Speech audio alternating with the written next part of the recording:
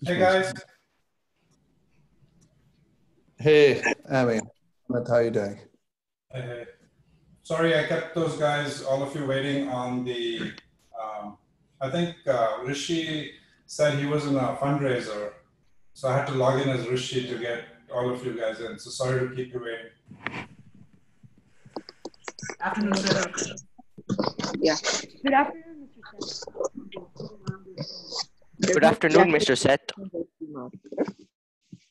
Hey guys. Hello. Hi, everyone.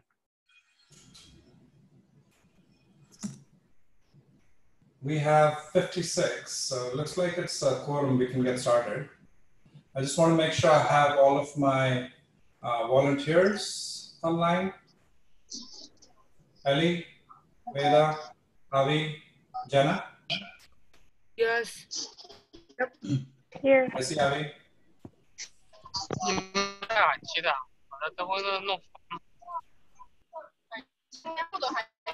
Please go on mute folks who are not speaking. Please make sure you're on mute. I want to make sure that all my judges are here.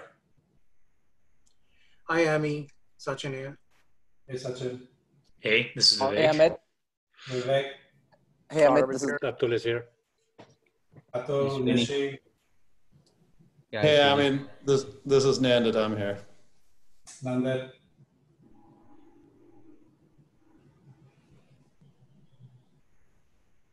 Okay, I thought I heard everyone. Saurabh? Yeah, I'm here, buddy. Good. Okay. Does anyone have any questions before we get started? Any of my students? Any question at all? Will we be sharing the video? You will be sharing your presentation. I wouldn't bother too much about video. That's Lorenzo. I wouldn't bother too much about video because even if your video is shown, it's going to be a very teeny screen. So focus on your presentation, guys. It'll be good to see you again. When do we find out what order we're going in? So when we go? In 2 minutes. Oh, okay.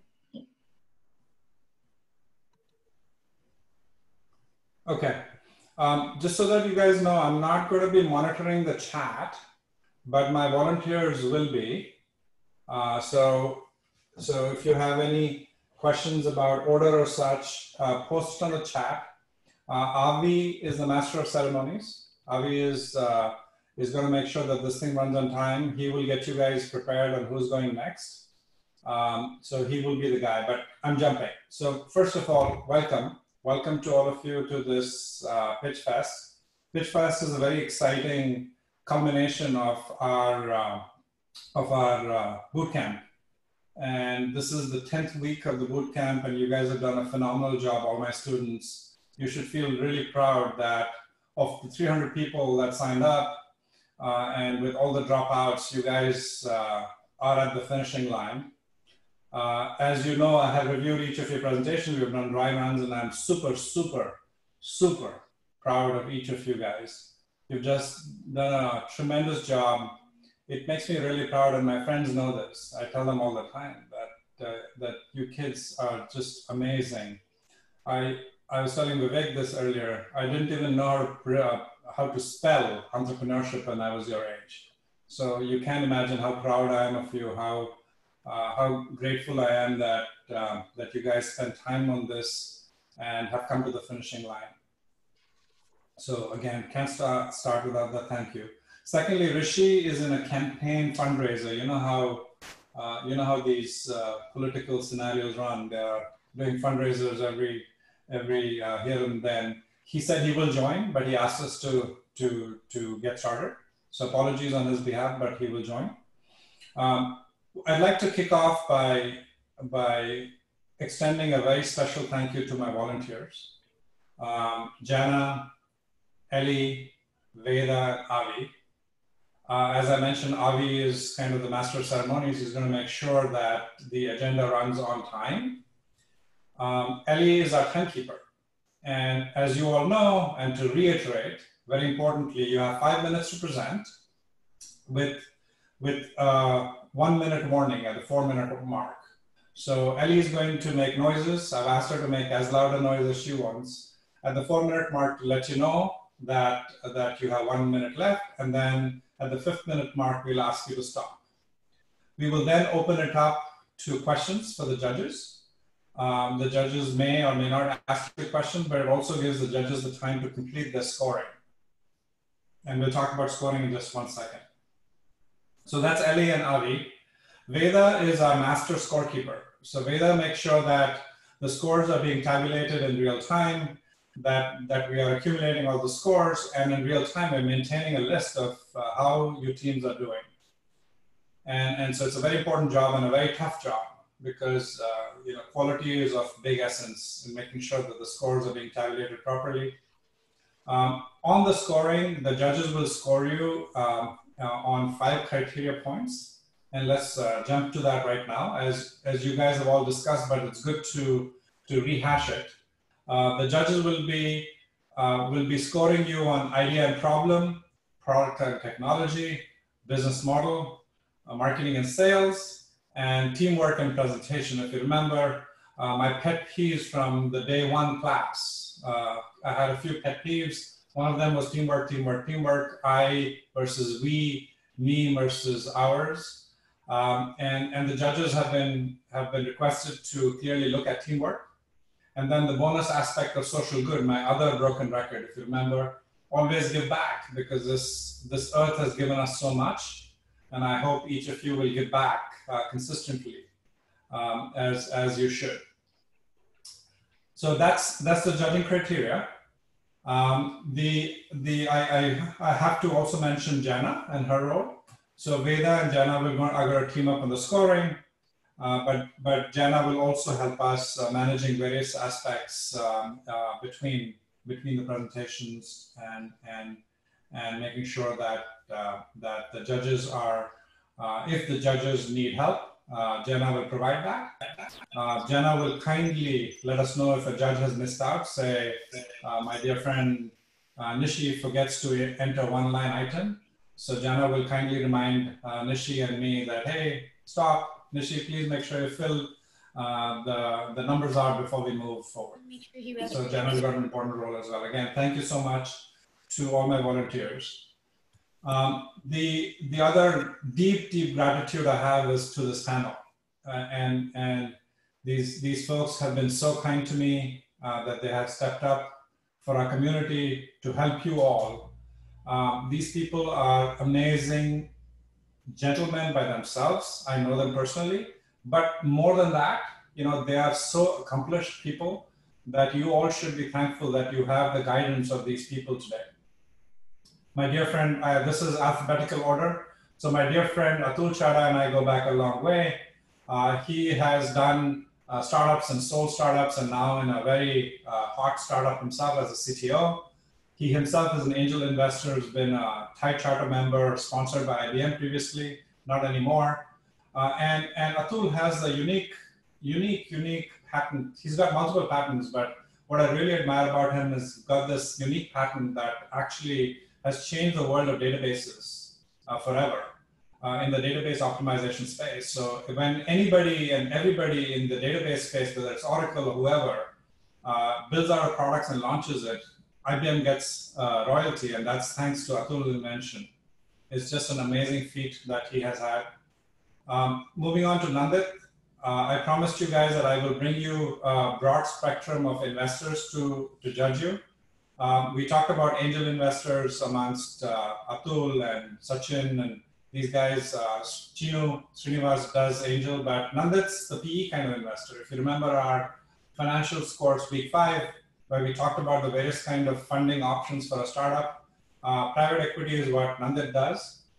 He's been a partner on multiple firms, and really he sits on the boards of multiple of these companies, all types of companies. What I really admire about Nandit is that he's got his hands on so many different areas that hats off to him in terms of the variety of his knowledge. And he's also worked as CEO, chairman of many companies. CEOs, when the private equity firm takes over and brings in a CEO, he takes over the CEO role, runs the company, and then gives it off, hiring a CEO. So just an amazing prowess there. Nishi, again, a dear friend, serial entrepreneur himself. He's founded many companies, sold them to public companies. Brocade was the last company, which now is a part of Broadcom, as you guys know. And just also amazing acumen on both the business and technology sides. You have to learn from Nishi on how you bring those two things together to really create startups, as we have learned. He too, in awe of the number of patents and inventions he has. Sachin Kapoor, another serial entrepreneur, he and Nishi have teamed up to found startups, sold the last one to Brocade. And you know, if there is a technology problem in the world and I have to go to a person, I would go to Sachin. He has just amazing technology prowess. I call him a world-class technologist, and I don't take that lightly. He sold 2 other companies, public companies, 2 other of his startups, and he's just the king of innovation. Saurabh, a dear friend as well, serial entrepreneur, AI, and he and I get along really well because both of our focuses is AI. He is a Forbes Technology Council invited member. That tells you a lot, enough said. It's just a very esteemed group. And he too has done multiple startups and sold them, eMeter being one, and this very hot startup that he has now founded. Srinivas comes to us with experience on the hardware side. If you look at the rest of the folks, they're more software than me. And Chino, as I call him, he just sold his company after growing it into, dare I say, I'm sorry if I'm sharing information, but hundreds of millions of dollars of revenue, and sold it to the Hero Group, and now is the president leading that company after the buyout. Just an amazing entrepreneur. He and I go back the most of all. We went to high school together and we went to college together. Srinivas is a dear friend and an amazing sportsman too. I enjoy playing with him, but he kicks my ass every time in tennis. And then last but not the least, Vivek. I'm so grateful to Vivek to give us time. Vivek is a part of a VC firm, Mayfield, as you would know, one of the premier VC firms in the world. And Vivek's done an amazing job in how he has gotten there. If you look at many VCs, they come up from backgrounds of finance and legal. But Vivek himself has come up through the technology and product area, and I'm in awe of all of his achievements in the technology space. But you know, then moving to the other side of the table and investing requires those skills. And the other thing I'm in such big awe of him is he has got, I believe, 3 degrees from Stanford. So my salute and hats off to Vivek, and I'm so happy to have him in this panel as well. So are you guys excited based on who you have to judge you? I am super excited. I'm very super excited. And I would, if I were you, I would thank each one of these judges. Please do so in your pitch, that they gave the time to come and view your pitches. You have to be grateful. I hope you are. Okay, enough of my soliloquy, enough of my rant. So let's get down to business. So we picked companies in random order, and my volunteers helped me in doing so. And so this is the order. So remember, the order is random, except a couple of startups said that one of their founders couldn't be at the beginning, couldn't be in the pitch in the beginning, so we moved them to the end. Apart from that, this is random, just very random. No other interpretation, please. And Avi is going to help us run this way. So first up will be Connectogram. Connectogram, you would want each of your founders to unmute yourself. And then Connectogram, I will stop sharing and you will start sharing. And when you say start, then Ellie is going to start timing you. So can we get going? But before we get going, are there any questions?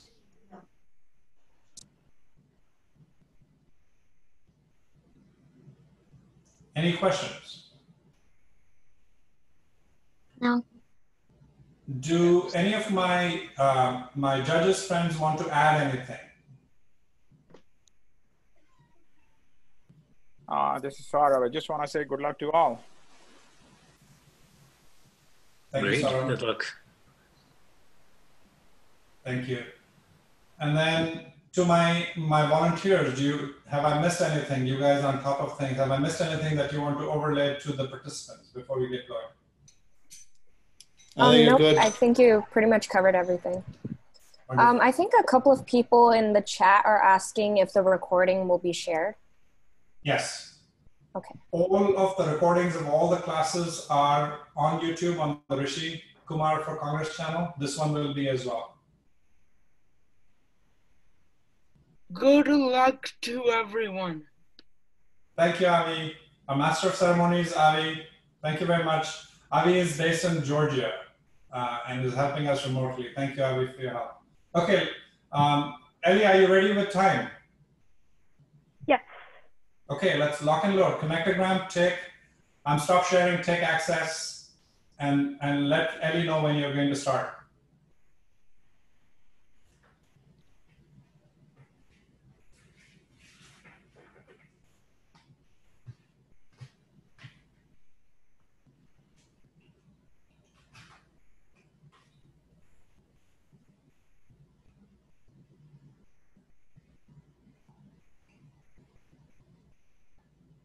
We're ready to start. Okay.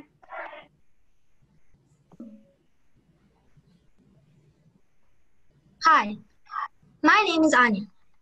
I am the COO, and I am here with our other executives, Annika and Shreepa. Wow, what unprecedented, rather unfortunate times we are living through. The world has gone upside down in a matter of a few months. Researchers are predicting that there will be a mental health epidemic following the pandemic. Should we be scared? Well, we see this crisis as an opportunity to help and make a difference.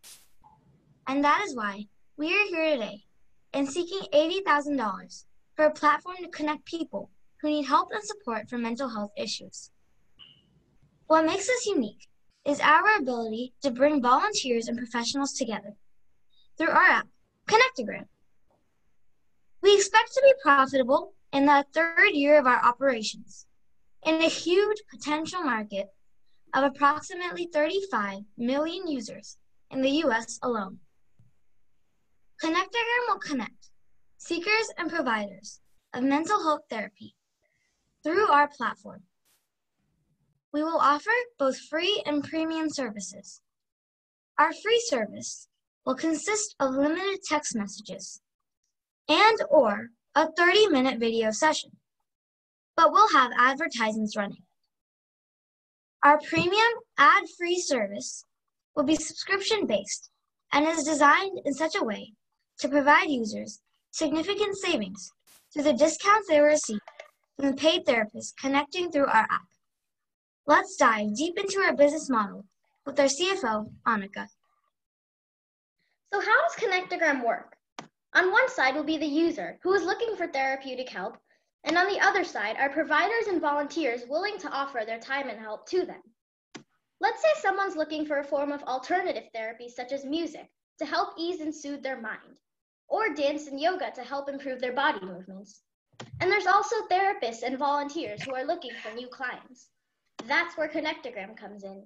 It connects the user to the provider, and all with the convenience of their smartphone or computer. Our revenue will be distributed in 3 parts. 60% comes from therapists who will pay us 10% of their charges, 35% from premium subscription, and 5% from advertisements. So what makes us different from our competitors? We offer a free volunteer-based option for those who can't afford more expensive appointments, such as those given by our competitors WeCounsel and telehealth.org. But free apps like Facebook, WhatsApp, etc. do not offer specific therapist services, and even if they do, it's harder to find. We expect our year 1 revenue to be about $65,000, coming from 175 premium subscribers at $9.99 a month, and from therapists at $10 per session, as well as from ads. The number of users will double in year 2, and by year 3, we expect to have 500 plus. Our year 1 cost is about $100,000, increasing to $185,000 by year 3, as we continue to expand our business and hire more people. We estimate to be profitable in year 3 and are seeking $80,000 as an initial investment, which covers about 80% of our year 1 costs. Now for our marketing strategy, we'll give it to our CBO, Shreetha. We have developed a well-structured marketing plan to reach the maximum number of users at minimum cost. We have considered multiple mediums to achieve this. Our website will provide details on our service, pricing, a 1-800 number, and our contact email address. Additionally, we will include a chat service which enables people to connect with other 1 minute left. No use of any chatbots. We will run advertisement campaigns in several different social media platforms. A printed flyer campaign and advertisements in radio talk shows will increase our reach. In the future, we will introduce a discounted offering in Groupon. Our organization structure is simple. Anya to lead everyday operations. Annika will maintain tight control on income and expense, and I will oversee marketing efforts. We will hire a CEO by the time we have a complete product. After discussing with our advisor, we have created a timeline for a product delivery. Once we have money in our hands, we need 12 weeks to ship our beta product. In case our business does not pan out as expected, we will set it up for an easy acquisition. So, don't delay, connect today. Connect today. Thank you. Woohoo! Good job, guys. And you finished in time. Wonderful. What a start. What a start. Judges, do you have any questions? If you can please stop sharing Team Connectagram. Please stop sharing. Thank you. Judges, do you have any questions?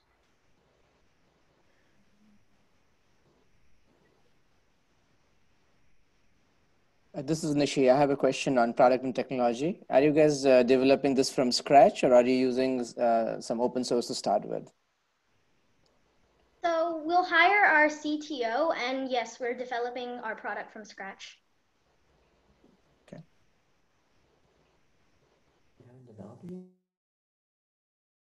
Have you? This is Saurav. I had one question for the company. Have you looked into regulatory and compliance requirements that a service like this might require, like HIPAA guidelines, for example?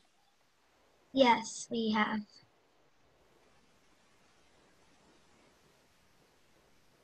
Hey, this is Vivek. Oh, go ahead. Oh, thank you. Go So ahead, we have looked into it. So for we hire the people and we have our liability costs to make sure that everything stays legal. So we have looked into it. Anything else?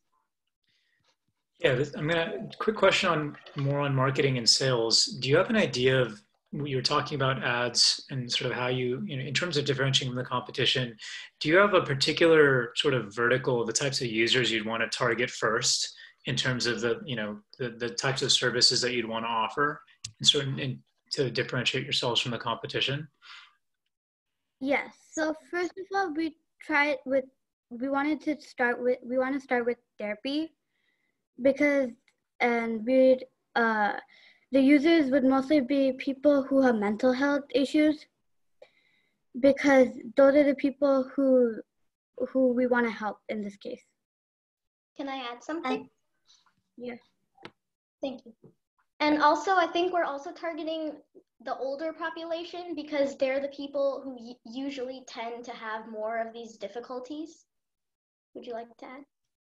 Yes. So our target market would be 65, well, people over the age of 65, because they've been most affected by this entire virus situation and the stay-at-home orders. Got it. Thank you.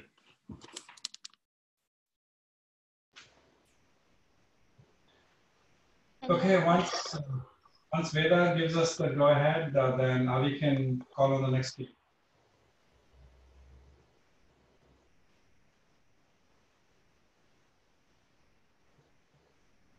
Veda and Jana, are we good with judging? Yes, we're good. Thank you, Veda. Thank you, Jana. Let's, Avi, call on the next startup, please. Okay, hi Gia. Hygieia will go now. Yes. Thank you, Avi.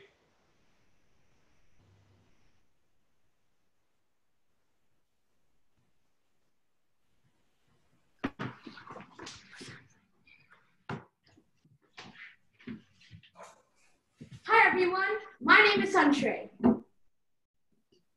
Wait, are we going to start right now, or are you going to give us a go? You guys can start now. Hi everyone, my name is Sunshray. And my name is Nishjay. And I'm Parth. Together we made our product, Hygieia. The executive summary. Now, Hygieia is a contactless smart device that will scan for temperature, face mask, and sanitizing the person's hand.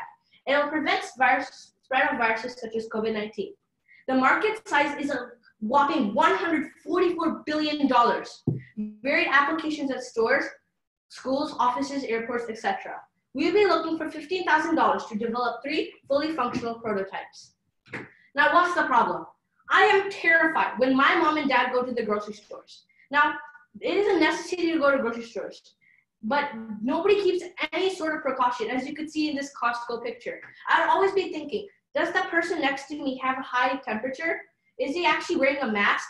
Has he sanitized his hands? We need a solution to finish this mess. Well, you're in luck, Nishjay. Let me introduce you guys to our solution, Hygieia. Hygieia in Greek means the goddess of health. We're trying to solve 2 goals here.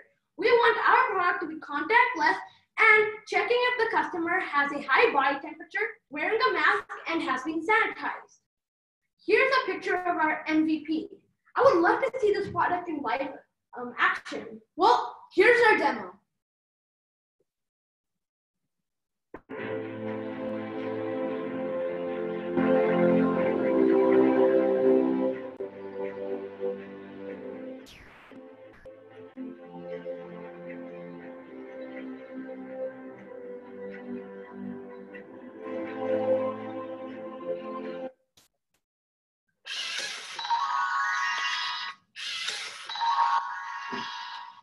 As you can see from the video, we have created a non-contact hand sanitizer dispenser, as well as coded an image processing system that can sense when the person is wearing a mask that is not on correctly. The market value for this product is a whopping $144.8 billion. These are the places in the USA that we are targeting. Well, Sunshray, does this product have any competition? Well, we have 2 main competitors. These 2 companies have a thermal infrared sensor and an image processing, which is not so accurate. And these 2 companies' product's price is higher than our product, Hygieia's product price. But why is Hygieia better than those products? Well, Hygieia is better than these products because our thermal infrared sensor and our image processor is accurate, and our selling price is $2,000, which is less than competitors.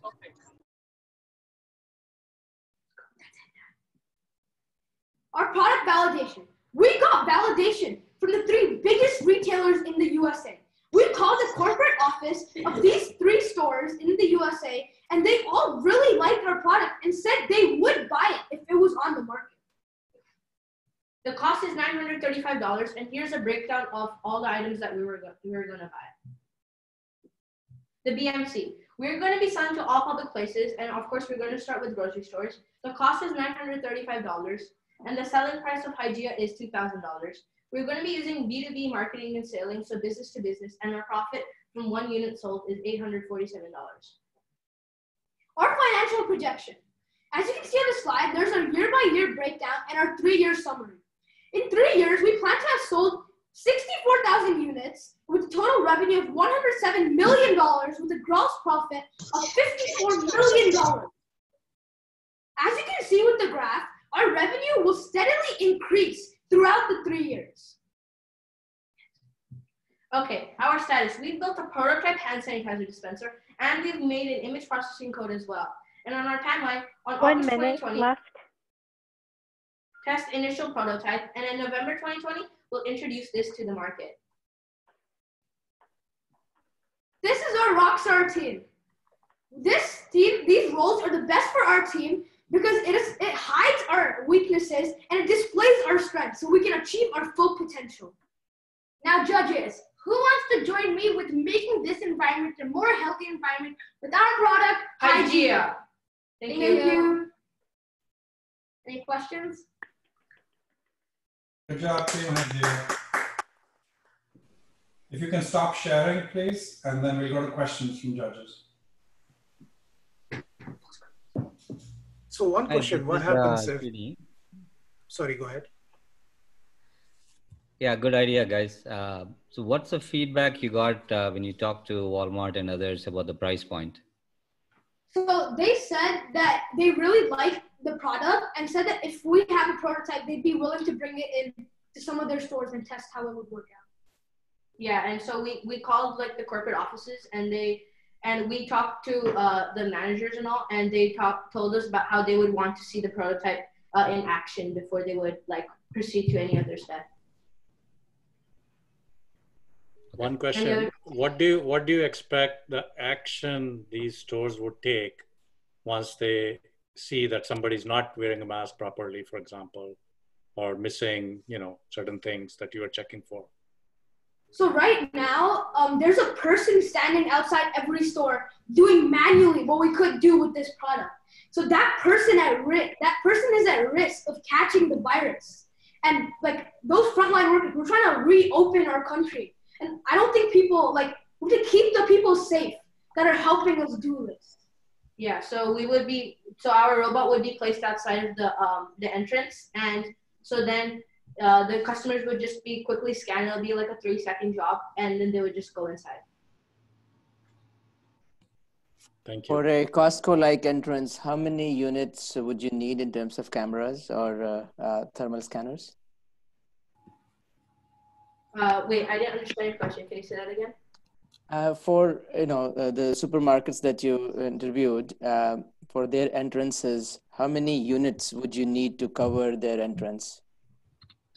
Oh, so we would only need 1 unit. No, every entry that the store has, we'd have a unit to make sure nobody with a high temperature that has risk would be able to spread it. Yeah.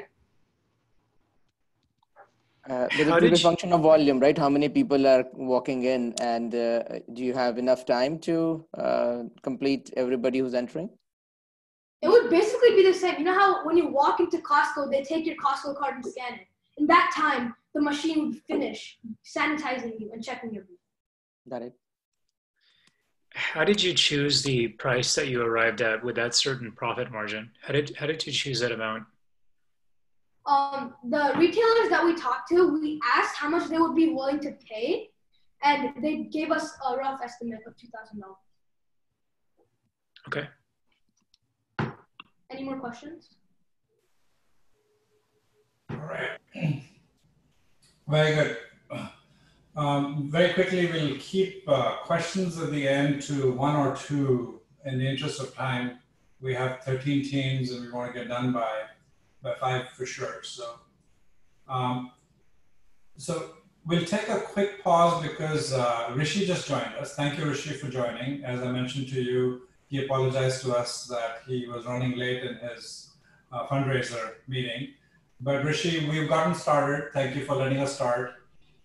Rishi obviously needs no introduction, but I surely will give him my own introduction. Rishi's just been, as a Saratogan, amazing as a council member to us. As you all know, he won his 2nd term by the highest votes that anyone has ever gotten in the history of Saratoga.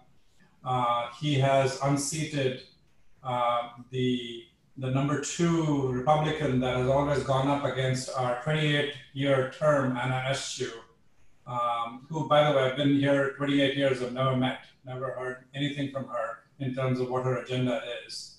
She and Nancy Pelosi are buddying up and staying in Washington, D.C., not coming down here. But Rishi is down with us on a daily basis. Rishi and I started this program, Entrepreneurship program. It was his idea many years back, and I have lent my support to him day in and day out, and I've promised him that I'll take whatever it takes for me to get him to win. My personal effort I will put for him. because again, he just every day in and day back, not just the scores, but if you think of our community around, all that he has done for us and continues to do. My word for him, one word, if I were to describe him, is tireless. Just tirelessly working over and over, getting things done, as his motto is. I'll give you one quick example. I'm sorry, I'm belaboring this, but I do like to talk about Rishi. When we had this COVID thing, Rishi said that, look, who is at most risk today with this COVID situation, and who is the one that is most suffering? It's the seniors, right? They can't go out. They are sometimes immobile. So Rishi, basically his team contacted every senior in the entire district, okay? And we're talking about Palo Alto, Los Altos, Los Gatos, Saratoga, Santa Cruz, you name it. Every senior was contacted saying that they're okay, and what can we do to help you, right? So this is the kind of work that Rishi does. That's just one example of many.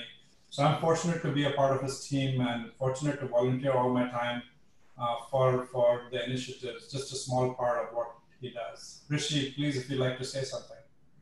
Yes, I'll keep it brief because I think I'm interrupting some pretty amazing presentations. So we are unlike other politicians. We keep it brief. We don't take over, and I would love to continue watching some of the presentations because they had such amazing energy and the ideas were brilliant. But this is something that Amit and I have done over the last few years. We're running the Silicon Valley Youth Tech Day, and that has taken a breather right now, but we'll get this back. And we used to bring in a few hundred kids every year at San Jose, and this was supported by the mayor of San Jose, which is Sam Liccardo. And we were running this coding programs, entrepreneurship programs in different parts, and primarily to help disadvantaged youths. We obviously ran a fairly good program here in Saratoga, and we had different instructors everywhere, including cities like East Palo Alto and also Charlotte, North Carolina. And then what happened was we were appointed into the California Computer Science Strategic Implementation Panel. And we have essentially defined a K-12 computer science curriculum for the state of California that will provide computer science programming elements as part of every public school education in the state of California. That is going to get rolled out in 2022. So as you can tell, STEM is near and dear to me, but also solving problems, and like Amit said, the number is 86,000. And what is 86,000? Anyone wants to guess? 86,000 seniors is what we called. And it took us a few weeks to get that done. And we obviously have very high energy students who are part of our summer internship program. And, they were calling away, and we even established a pandemic help center, which was actually manned by a college student, and he was essentially manning the whole thing and coordinating the efforts to help. We were supplying groceries, medication, even like coffee requests that would come from seniors. One of them said that I've known my wife since I was 12 years old. I'm 86 years old now. My wife is very fragile. Can you help us get the most favorite coffee from Pete's? And, I was ready to get out of the door, and my wife said, no, I want to take care of this, So she went out, picked it up from Pete's and delivered it to the gentleman, And so that's the help that we seek to provide. And to some extent, when you look at me as a high-tech geek, and in Silicon Valley, all the geeks are rock stars, right? I mean, we pride ourselves with technology. I mean, this is the 19th largest economy of the world. And unfortunately, we don't get a fair share, in terms of where we should be, because we have elected leaders who are technologically illiterate. And actually, I don't say that, one of our congressional leaders from Silicon Valley, he says that in Congress, we have a bunch of technologically illiterate congressional members. And that's a true fact if you watch the Mark Zuckerberg and Pichai hearing. In fact, I recommend you, I have a video I would love to play, but I'm not going to. But it shows how inept our elected leaders are, because somebody who's been here for 28 years still doesn't understand the business model of Google, Sundar Pichai, or with Facebook, Mark Zuckerberg. They don't understand the business model. I mean, how can Silicon Valley thrive when you have elected leaders who are not able to help out, And that's the value that someone like me will bring to Congress. When you look at a crisis that plays out, I always see it, and adversity is an opportunity to help, and which is what we did with the pandemic. We did 23 town hall meetings talking about small business stimulus packages, we had folks, some of the tech leaders of the Valley that were joining in to talk about the future landscape of Silicon Valley technology. You know, how will it evolve in the post-COVID-19 world? So we are obviously invested to make a difference because we always have tech as something that we will end up getting back to once we are done with our elected leadership role. And if you look at our forefathers, they never wanted career politicians. They wanted bankers, blacksmiths. They wanted teachers who would jump into public service for a few years and they would get back. But we are stuck with career politicians who have been there for like 20 years, or actually much more, like 28 years, or perhaps like 38 years, right? I mean, we still have politicians in this country who have been forever. And how will you get stuff done? And so we are fair and square invested to make a huge difference with respect to our innovation economy, for example, with some new ideas. When we look at the traffic issues we have a policy paper on the website. If you go to rishikumar.com, I actually just put it on the chat window, and you search, we have a pretty easy to use search box. Put in 21 minutes and out will pop the policy paper in terms of how we intend to reduce the commute time between each of our cities. Pleasanton to Palo Alto takes like 2 hours. And we can trim it down to like 10 minutes with some pretty innovative transportation systems, zero greenhouse gas, tunnel-based system. And so we have some very unique ideas for Silicon Valley. And when we get elected, when there is a crisis like this playing out, we will call every family, every resident of Silicon Valley asking, how can we help? Because that's the role of an elected leader. You know, our elected leadership sometimes forget who they report to, and sometimes they feel that it's the people who report to us. And that's a huge problem in our country. You know, we need elected leaders who are engaged for the people. And that's the value that someone like me will bring. But I would like to share just one slide for you as something that I can leave you with.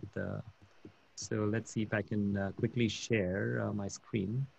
And here is what I would like to leave you with, which is what we did as part of the collaborative effort with Amit and myself. You know, we were running the Silicon Valley Youth Tech Day. We ran the Entrepreneurship Boot Camp. We trained over 2,000 kids from all across California and also Charlotte, North Carolina. And, put together a phenomenal program because we like to bring up every strata of society, but also our youth, because STEM is very empowering. And this is what we are doing with our summer internship. If you see the right-hand side, this is our summer internship program. And if you go to rishikumar.com/fellowship, I invite some of our middle school and high school students. We typically did not take middle school students, but because we are all sheltered in place anyway, it's fine to have middle school students. And it's an empowering opportunity. So we have leadership established who are industry leaders, people like Amit, who have done a lot of great value to the Silicon Valley innovation economy. They are strong leaders. And these are folks who are directors at different tracks like social media and analytics and technology. And we are doing some amazing work this summer. So invite our students of the community to join this program. You will be not only learning the soft skills, which I believe is very, very important for me. When you look at the transformation that I went through as a geeky engineer at IBM compared to where I ended up today, it was actually community service that sort of planted that traits in me to sort of go out and succeed in the community with respect to figuring out, how we are going to communicate our specific message to ensure that we get the right type of action. These are skills that take time to absorb within ourselves. And sometimes, when you go outside the box and you do something which is totally different, you can incorporate these skills in yourself. So it's a delight to be here. Thank you, all the judges. Thank you so much for taking the time to judge this competition. I know you're very busy, but I have such strong faith that if we go and ask somebody when they see an opportunity to mentor our younger students, they will take the time. So I really appreciate all of you. And Amit, it's always great to collaborate with you. And I look forward to seeing many more exciting projects. Let's continue the show. And I'm so sorry that I interrupted this flow here. So Amit, take it away. Thank you so much. Not to worry, Rishi. Thank you. I think it's important to point out if you compare some of the things you just talked about and you compare it against, make a list of what Anna has done, you'll find a short list and a very, very, very long list. So I'm sure Rishi can talk much more, and he's been brief, but there's so much that he could talk. I interface with him on a daily basis and I see it. So thank you, Rishi. We're going to continue with our path. Avi, Master of Ceremonies, please call on the third startup. If there's any question for Rishi while we get the third startup started, please ask away. Yes, I'm happy to answer any questions if you have. So now Sticky will go now when they are ready. All right. Any questions for Rishi? Hold on one sec, Lorenzo, Matteo. No problem. Any questions for Rishi at all before we jump back? Oh, I don't have any questions for Rishi, but I'm just letting you guys know I'll play this timer when you have 4 minutes left. Oh, wait, sorry. When 4 minutes have passed, so you have 1 minute left. So just letting you know so I don't have to interrupt you. Thank you, Ellie. And thank you, Avi. Team Sticky, let Ellie know when you're starting and take it away. All right. Thank you, Mr. Kumar, so much for everything you're doing for the community, and Mr. Seth as well for allowing us this great opportunity. Our COO, Derek, is going to start us off. We are Sticky, the social media monitor to help build your brand. Our team is made up of our leader and CEO, Lorenzo, our chief designer, Matteo, our financial leader, Sonia, and our CEO, Derek. We all grew up with diverse cultural backgrounds and environments, allowing us to build off of each other's strengths and help raise each other up. To start things off, Sticky is an app built to help social media influencers and businesses grow. Our pitch is $500,000 for 10% equity stake in Sticky. Now, let's take a deeper dive into our idea. As a social media influencer or a business promoting through social media, you can face a lot of questions. How can I monitor my brand as a whole? What type of content is most popular, and where do I post it? These are all questions that Sticky will answer. Sticky will use APIs to combine statistics from all platforms. Using these analytics, a user will be able to track their accounts across the internet and hop on trends. Our app will also give practical feedback about their strengths and weaknesses. All of this will encourage massive amounts of growth for our user. Now, let's take a quick look at what Sticky really looks like. As for the app, it will be available for iOS and Android. When you open it, you'll be greeted with multiple graphs. The more you click, the more in-depth the statistics become.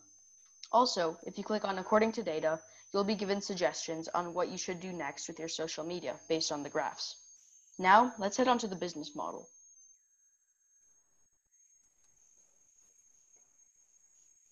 We would be using advertisements and have a premium, which gets rid of the ads and includes other benefits. Our value is that we allow the user to easily see what works best for them and what doesn't. Through this, they can create their best content. Our app and analytics will give you real and practical advice to address your specific needs, so you can spend more time creating content based off of our analysis. To top all of this off, nonprofits get premium for free. Now for the fun stuff. Creators and businesses are the target audience. Our marketing, seen through ads on featured social media platforms, position our product as easy to use and the most efficient way to grow your image. Our competition is mainly in-app statistics and social media manager apps. However, our app is unique in that it is cross-platform and actually helps our user improve their content. This is the best way to grow your following. On Instagram alone, about 15% of all users are influencers and marketeers. That's about 150 million people alone who could benefit from our app and our program. With all of those users, we have huge possibilities for growth and profit in the future. Through our 2 revenue streams and following a hockey stick growth rate, we estimate to make your investment back in 2 years and $15 million in profit in roughly 5 years. And given the market, this is really only the beginning. Following the completion of our Series A funding, we plan to launch version 1.0 of Sticky in January 2021 and hope to make an exit around 2030. Thank you so much, everybody, for investing your time into us. Any questions?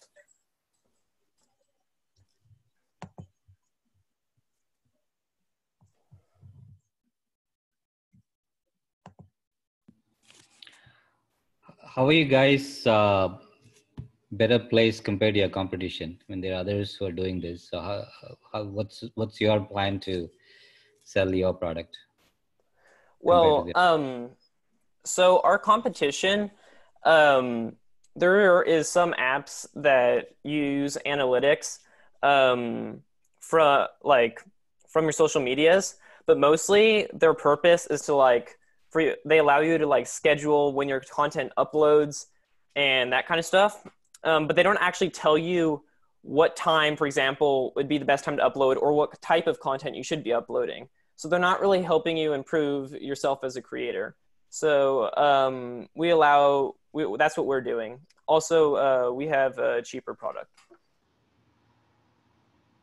Okay, thanks.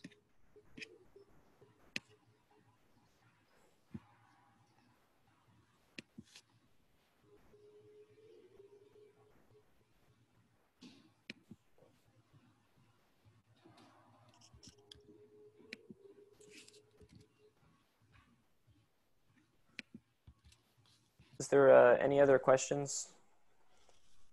Can you dive a little bit more onto your overall adoption strategy and sort of similar to the first presentation, where within the target market, you talk about going after influencers, a little bit more about the strategy of how you're going to get them, given the previous question where the competition currently sits, more than just price, but more on the sort of marketing and that sort of side.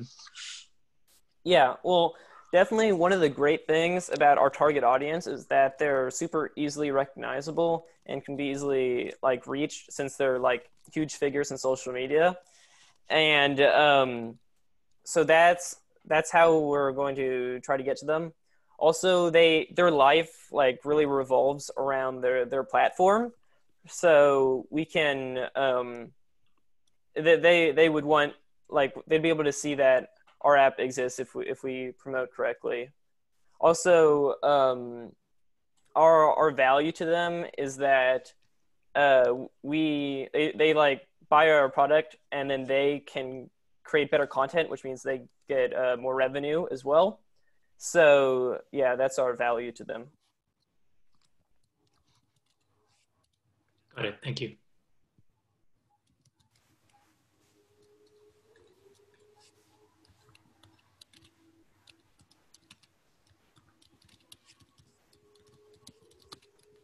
All right, let the judges finish their scores. And once Veda and Jana give us the ready to go, we'll ask Avi to get the next team up.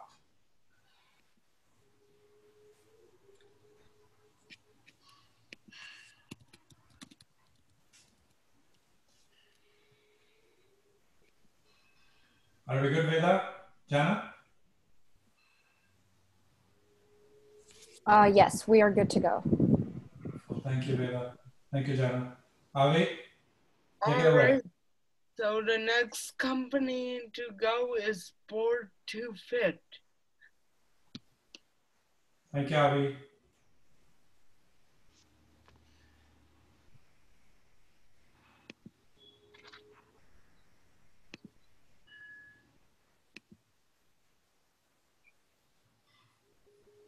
Can we start?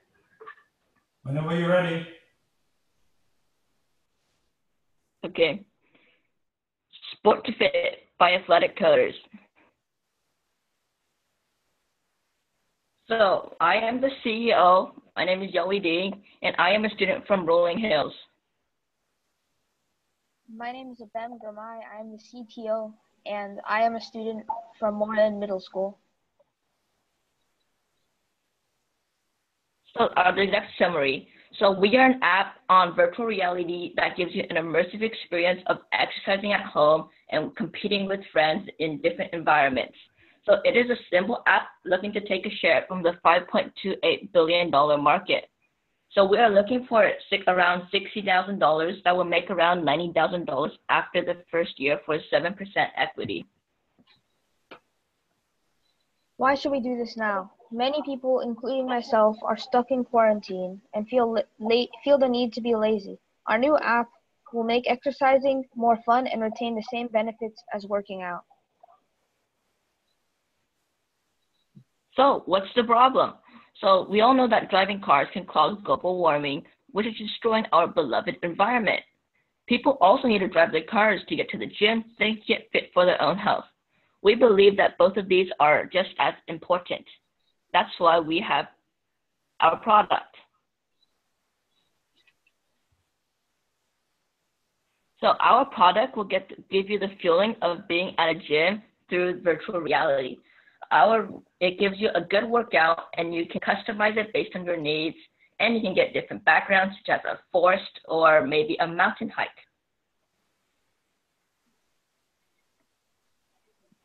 So how it works. So the first step is to enter your information such as your fitness goal and your physical ability such as your weight, height, and age. Then our app will give the workout to the users, and then the user will work out.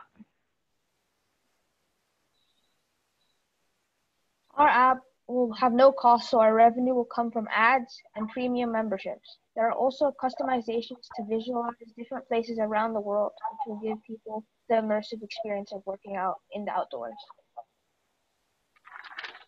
We expect to have 1,000 people get premium memberships each month, paying $10 a month. Ads will cost $100 to post 3 months after the launch of our app. Settings or customizations for our app will sell for $5 each with some outliers, and we expect 100 customizations sold every month.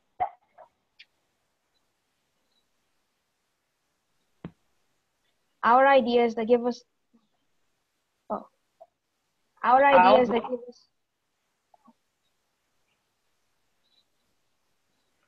So our competition would include apps such as 7 Minutes, and websites such as Peloton, Ring Adventure, and Connecticut Sports Rivals.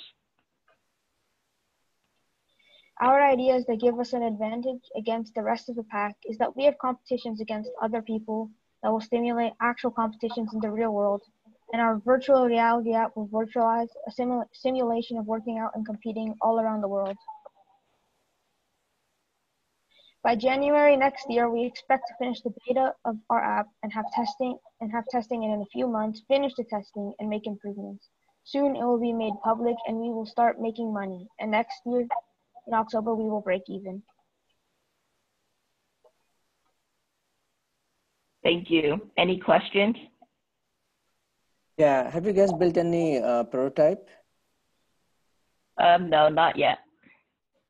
Okay. I have a question too. So your product is, or your application is very relevant in the COVID environment. Do you have any plans post-COVID environment? If the virus problem is solved, how would your product evolve? Also, cars have been making tons of pollution by people going to the gym to work out. With our app, we will slow down the pollution of the Earth's ozone layer.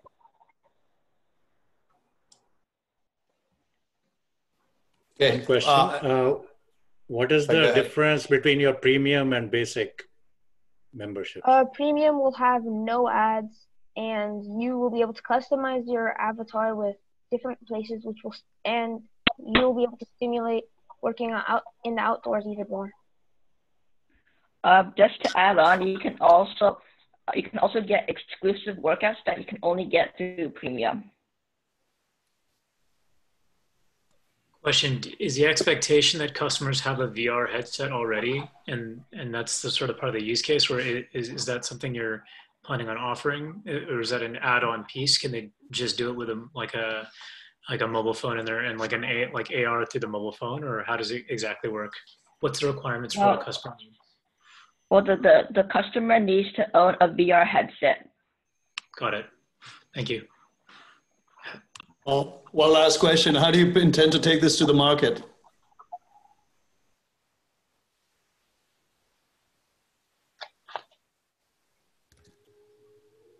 I'll repeat that. How do you guys plan to take this to market? How do you want to take it to your, be able to connect with your customers?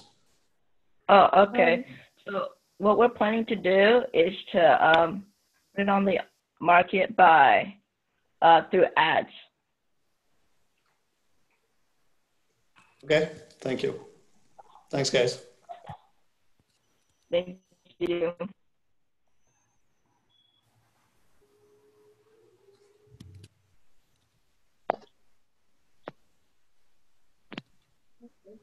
Okay. Should I stop the share or? All right, thank you guys. Good job. If you can stop share, please.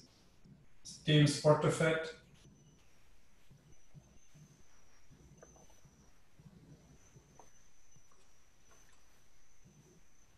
When Veda and gives us a go ahead, then we will have Avi kick it off for the next one.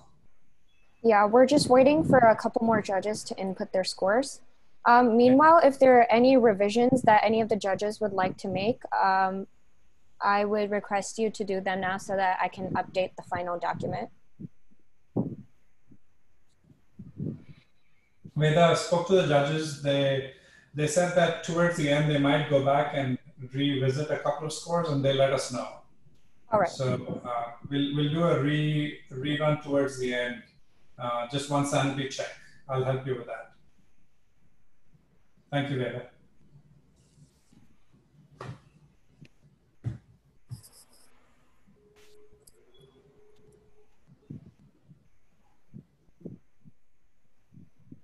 To all the startups, we have requested the judges to put in comments as feedback or some kind of advice to you.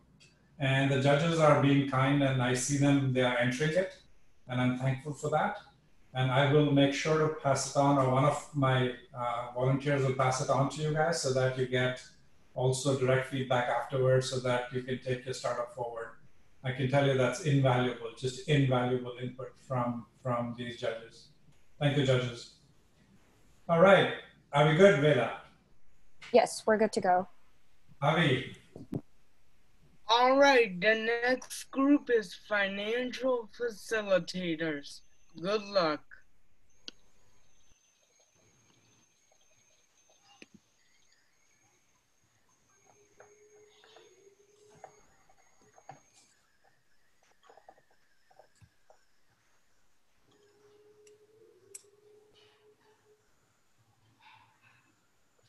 All right, we are ready.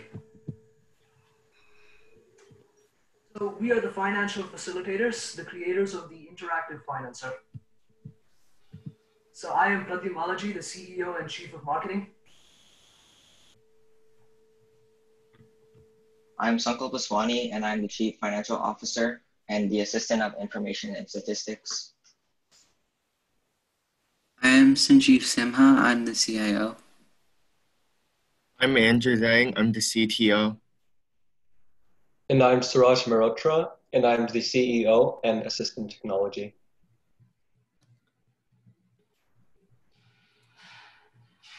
So our company is a financial advisor software company specializing in providing interactive and very specific advice for people suffering financial instability. Our interactive algorithms allow for people to receive high quality advice which is set to their specific financial needs, which we believe will capture 67% of our market, approximately 2.16 billion people. So our objective is to make $200,000, which will enable us to create this advisor, which we believe will generate $336,000 in the next 12 months. What exactly is the problem? Well, multiple problems such as financial instability, inaccurate financial advice, expensive financial aid, poverty, instability, global business failure, all which arise from the main problem, people's inability to make financial decisions that are smart and efficient. And that is exactly what our app aims to prevent. So what exactly is our solution? Our solution is a highly customizable financial advisor which interacts with our clients' needs and interests, enabling them to make safe financial decisions.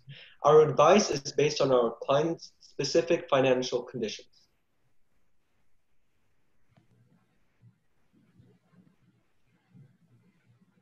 Our application features are specifically designed to counter the flaws of other financial websites and apps such as poor security, incompetent decision makers, and many more. They include statistical graphs, confidential services, and most importantly, interactive algorithms that provide advice based on people's specific financial conditions, things that other countries do not have.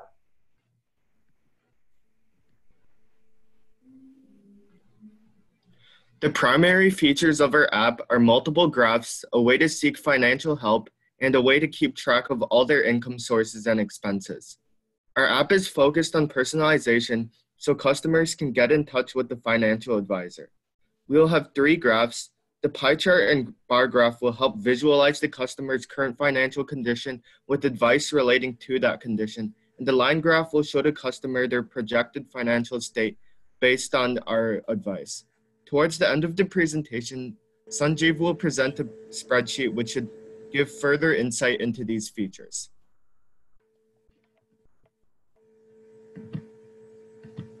So for our business model, our capital goal is $200,000, which we will earn from angel investing, crowdfunding, and if necessary, debt funding.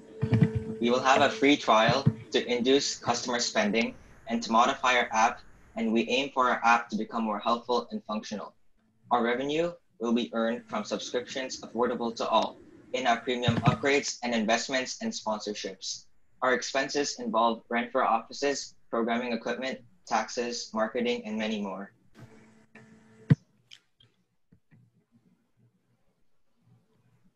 Now for our marketing. We have 2 main ways to achieve efficient marketing. We will advertise on well-known applications such as Facebook, Twitter, or Google to make people become more aware of the purpose of our app and why it may support them in the future. Second, we will reveal our app only to our close relatives and friends. We plan this because we will be given proper feedback on specific flaws, enabling us to make modifications. Our targets are absolutely anyone with financial needs or interests, despite their social status. We do have competition, including Charles Schwab, Mint, and Allworth Financial. We found some areas where our competition was lacking and improved upon them. Charles Schwab, Mint had issues with app algorithms and customer trust. We have combated these problems with our efficient security system plan and modifications to the app algorithm. Our product stands out from other financial advisors, and we will be more functional and dependable.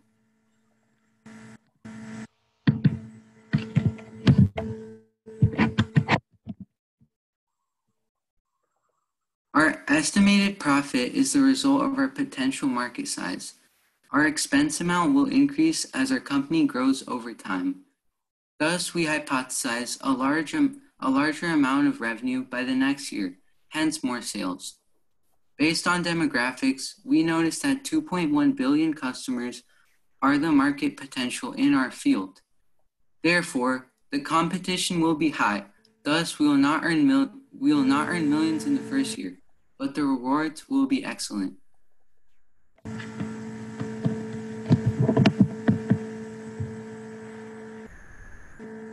This is a general timeline of when we are hoping to achieve various milestones in our company's launch. We will have a feature reveal and subsequent prototype launch this fall, which will be followed by extensive app debugging and the official release in December. Next year, we hope to expand into more app extensions. 5 minutes have passed. So, thank you for listening. Do you have any questions at all? Yeah, how much do you expect per user to pay for this app? So our pricing system differs from pretty much every other pricing system of the applications out there. We are not constant, rather we actually fluctuate our prices based on our customers' affordability. So we take their income minus their expenses, and then we have a calculation where we take the square root of their monthly profit, and that is exactly how much we charge them. So we want to build, in like the customer viewpoint, something that they view as cheap considering their finances and affordability.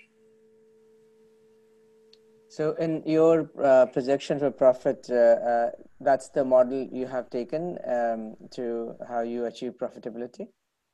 Exactly. We have actually went into the demographics of it, and we have taken the market potential and the percentages.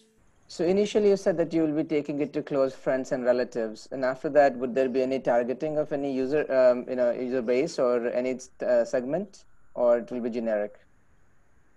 Sankalp, you can take this one. There won't be any specific targeting because our app targets everyone, because this will help the poor, the rich, as we have different algorithms for each of these people. So it doesn't target any specific person.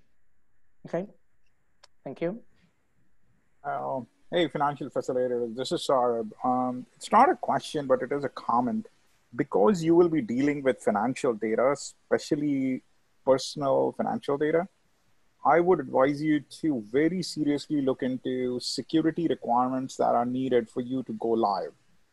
You will probably regulatory and compliance-wise also not be able to collect that data. So you'll have to go through at least some level of certification and audits before you can go live. So look into that. Definitely, sir.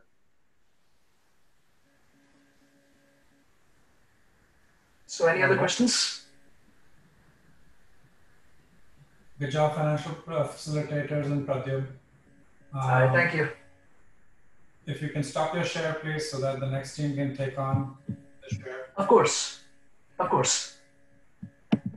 We'll do the usual, wait for judges to finish, Veda to give us the go, and Avi to call the next. The rest of us twiddle our thumbs till then. Sorry about that, sir. How do I stop the screen sharing on this? Oh, sorry, I got it. Thank you.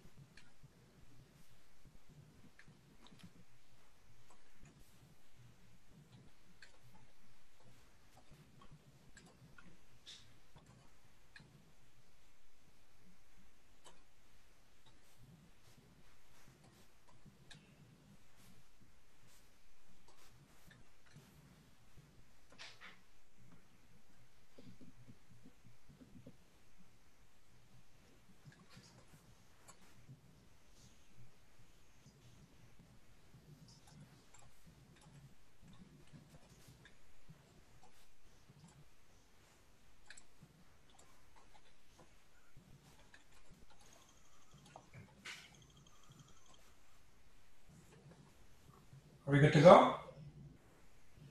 We're still waiting up on a couple more judges.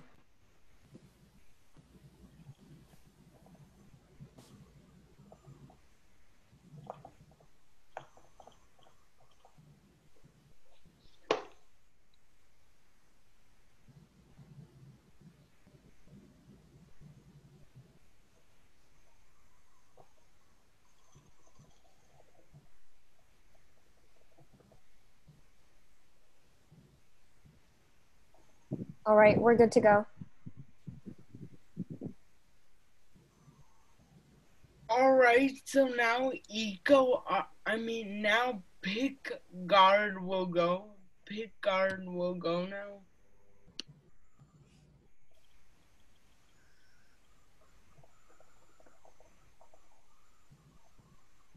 Okay.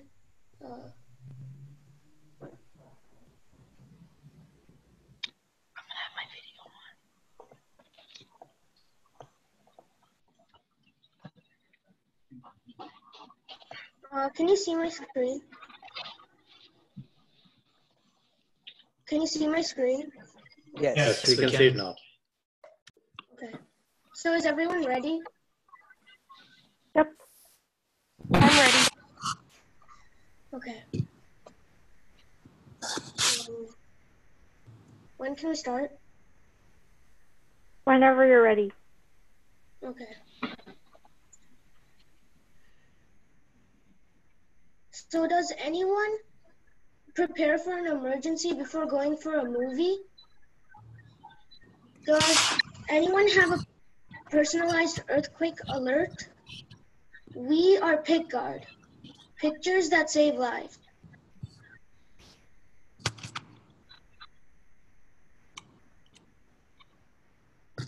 An emergency plan. We also provide alerts to users of upcoming emergencies in real time. So what problem are we facing? When people are in an emergency, they often panic and they don't know how to handle the situation. People also don't have a warning ahead of time and can't get prepared. So how do we plan to solve this? This is our solution in work in progress. So we plan to help people evacuate during an emergency by developing an evacuation plan. We can also predict natural disasters by using a combination of pet data and data from trusted websites. We can also track the user's device and alert them if they were close to a place where there was an emergency a couple of minutes ago. Jacob will take the next slide. So, here's our special sauce. No other companies make big emergency plans for you like we do. We've pre-made emergency plans you can purchase for big spaces such as malls and plazas. Pet data is a way we track how our pets act and document if some pets are acting up in one place or specific area, we may have an emergency. Here's the team. I'm Arnav Bhatt, the CEO of PickGuard.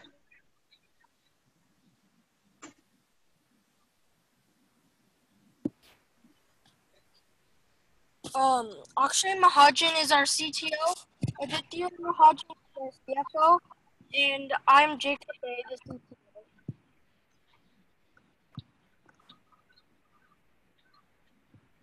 Here are our milestones. So first, we had our idea for PickGuard in May and we were assigned roles. Then we finished our business plan in June and today is PickGuard. In September, our beta version of our product will be released.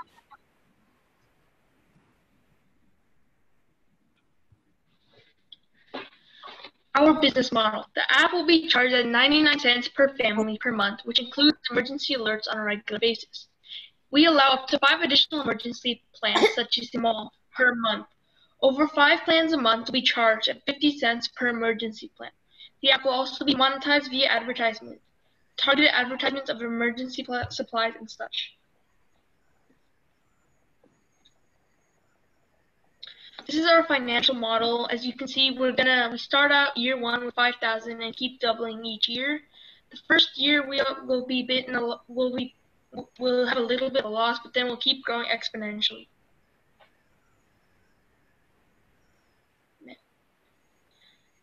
So 2 of our main competitors are PG&E and Ready.gov. PG&E is more focused on electricity and forces you to make your own escape plans. Ready.gov also forces you to make your own escape plans, whereas we do the opposite and do it for you.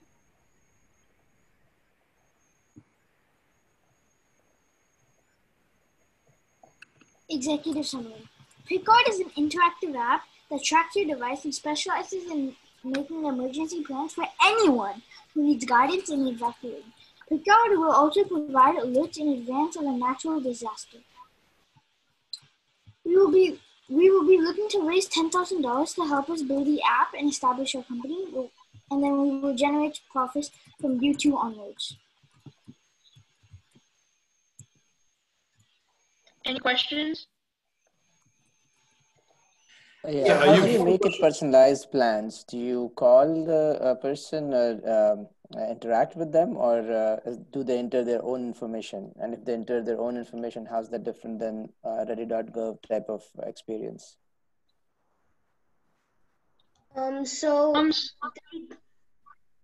Yeah, go ahead, Aditya. Yeah, so basically we're we're helping them create the plans. Whereas if you go to Ready.gov or PG&E, you enter information and then you have to create your own emergency plan. Whereas we just get the information and then create it for you and give it back to you. And those sites just give like the base.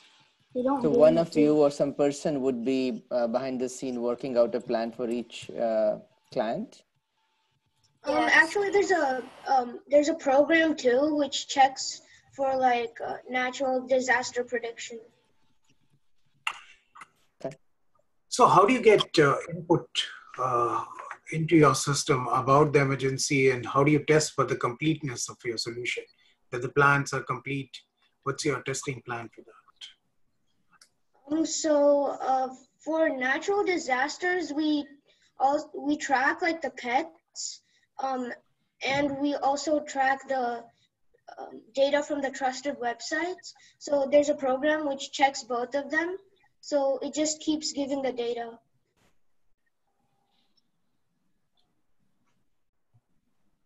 And how are you going to test that the plans which you created or you have suggested are very complete? We don't have a finished product for the pet data yet, and we'll need one for that. And we also we still have to finish our app. But when we finish our app, you will create an account on our app, and you will then you'll input certain things we need, like where you live, and if possible, if you are okay with taking pictures of your home, you take pictures of your home and upload them to an app where we will see your home, and you can label which room is which, and from there we will make an emergency plan. And then Arnav, can you show them how it works?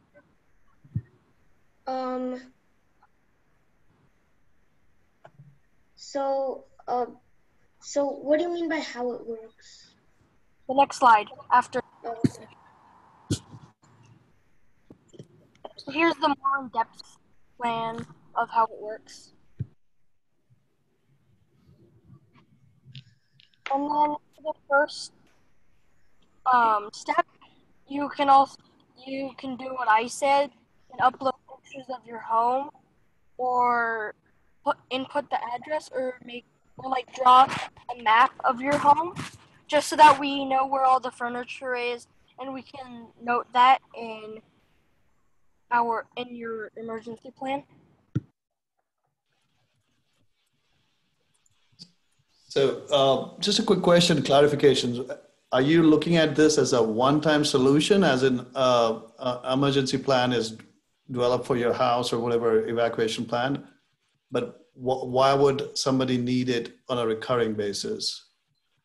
I mean, if you're in Kansas, there's like lots of tornadoes, and you may want to be prepared for that. Right. So, but once you've developed a plan to, an evacuation plan based on a tornado warning or an impending, it's your house and it's your exit or whatever your evacuation plan is. How do you keep it going in terms of, and as a service, or is this a one-time gig, so to say? So it could be like an earthquake where like some damage is done to your house, and then you might need to move your furniture. So after that, you might need another escape plan or like evacuation plan. Okay. So you would be upgrading those these plans as you go along. That's the value there. Yeah. Correct. Great. Just one comment there. I mean, in terms of as you think about doing this, it is certainly an important need which people don't think about. But to be able to scale this up, it may be better if you can somehow automate or get this, generated automatically to a certain extent, rather than having you guys have a whole army of people behind the scenes developing these plans, right? You can categorize them. Just a thought. Yeah, that's what we were thinking about doing next. Right. Thank you, guys. Nanda, I usually don't speak up, but this is probably the youngest batch, youngest kids in my class.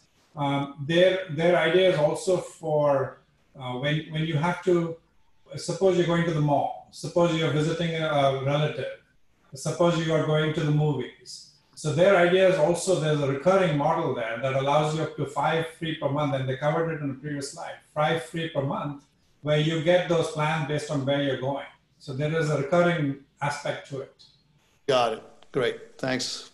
Great. Yeah, Thanks, guys. Appreciate it. Super young, and I so appreciate what they've done, as I do with all the class. Right. Thank you, guys. Thank you. Thank you. Thanks.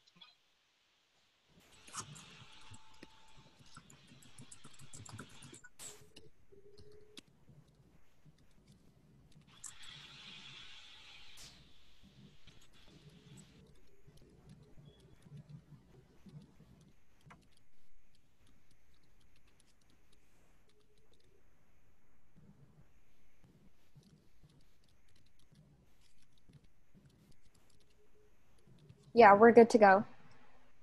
Thank you, Veda. We're halfway mark, so let's speed it up. Let's keep questions limited to 1 or 2 at the end, please, judges. Let's speed it up. All right, so the next group is Eco Art. You can now share your screen when you're ready. I hope you do great. Thank you, Avi.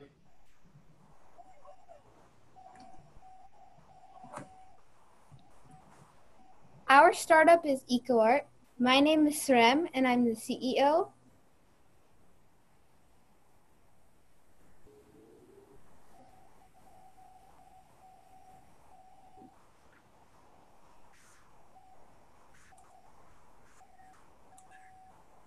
Unmute yourself, Aina and Yu.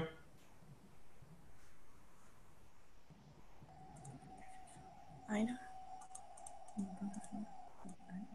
Aina, you're muted. Ellie, give them a restart, please. Our startup is EcoArt. My name is Srem, and I'm the CEO. My name is Aina, and I'm the CTO. And my name is Yo-Yo, and I'm the COO. Executive summary. EcoArt is an app that gives simple craft tutorials using recyclable items for our users. It specializes in environmental sustenance and is designed for any age group. Our scanning recognition system gives us an advantage as it is easy to use for our customers, and we are looking for $60,000 for 7% of EcoArt. We will be looking for $2,000 to build an image recognition system that will generate $96,000 over the next 3 years.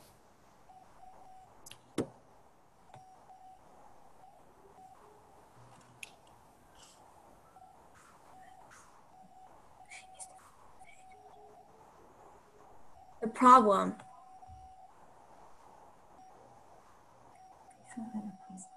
Can you flip the slide?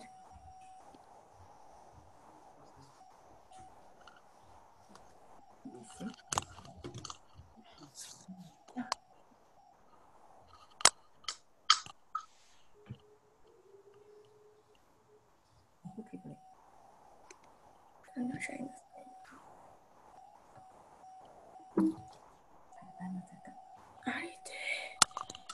Saran, next slide, please.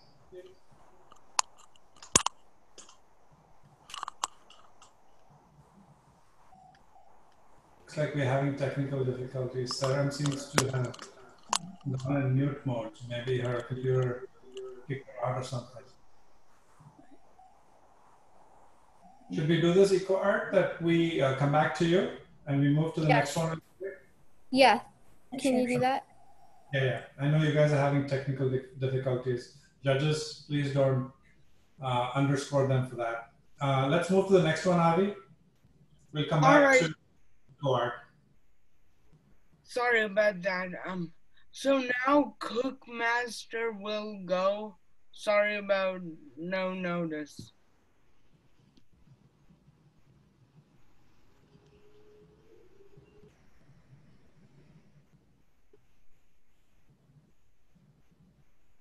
Can you see my screen? Yep. Yes. Go, Nidhi.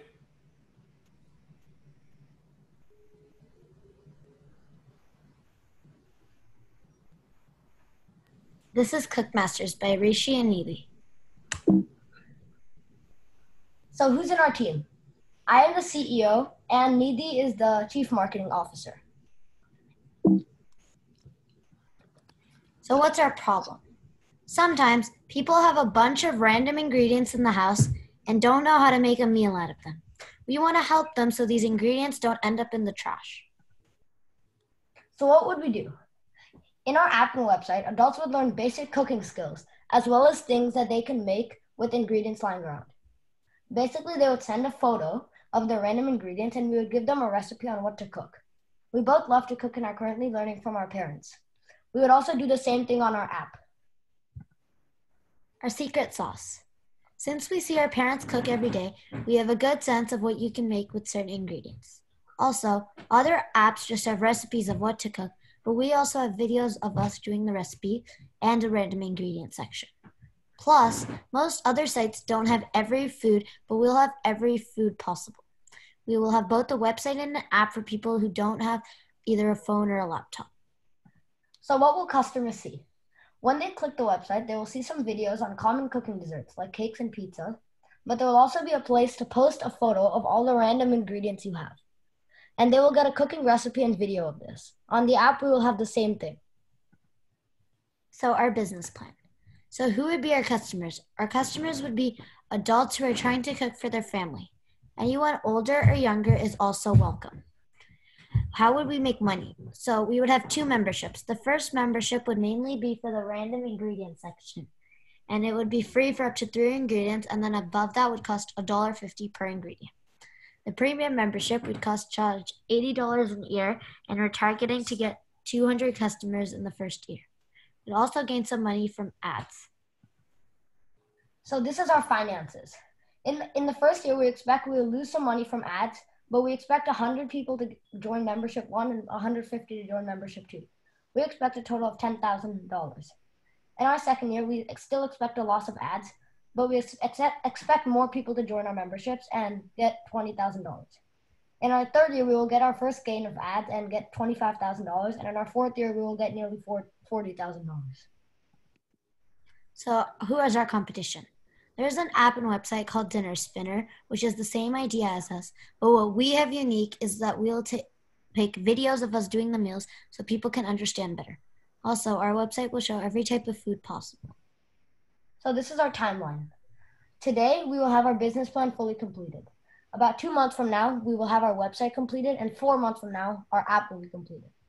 Then on November 1st, we will file a patent on our website so that no one else can take our idea. Then, on November 10th, we'll send the app and website to our friends for feedback. And then on January 1st, 2020, we'll introduce it to the public. Our profit would start coming around 2 years from then. Thank you. Do you have any questions? Yeah, I have one question. How will you scale this? Because there'll be human effort required in the back end to do for every random ingredient to cook something. So we'll have recipes and videos of us doing the recipes made already. And then when they send it, we'll pick which recipe most fits their thing, and then we'll send it back. Yeah, actually, I have a suggestion to make it scalable. You should have some image recognition and classification as a front end. So when you get those ingredients, then some are substitutable. So if you have one vegetable for another thing, you can still make the recipe work. And your video should leverage that fact that you are picking from this class or this category, and and then guide the people along. They'll be surprised what they built, but how they prepared. But overall, it will be a lot more scalable than doing for each one thing. Okay, thank you. This is Saurabh. I had one simple small advice for you to consider. I thought your pricing model included charging on number of ingredients, but to me that sounds almost orthogonal to your business model, because the more the ingredients people place, the more popular your application becomes, the more usage it has. So you're almost penalizing usage by charging per ingredient. I would suggest looking at some other way and not base it on just per ingredient charging. So maybe you can have a monthly subscription, or you can have a freemium model, but making it more difficult for the consumer to restrict the number of ingredients that they're pasting on you just because of the risk of charging more may not be the most conducive way of selling the app. Okay, thank you.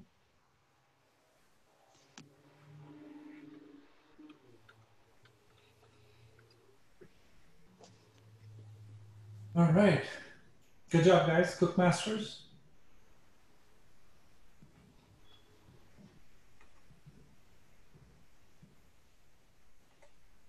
The next team can start taking access to the share screen while we wait for Veda and Jenna to give us the indication. Avi, ask the next team, please.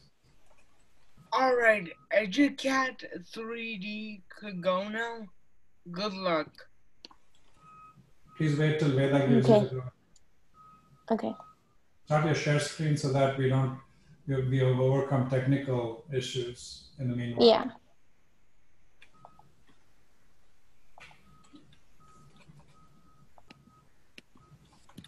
All right, we're good to go. Thank you, Veda.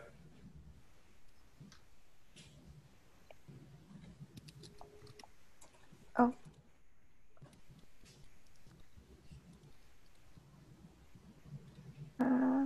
Are we ready? Yep. Go for it. Okay. Hello, everyone. This is our company, Educate3D.us. My name's Anindya. And my name is Somya.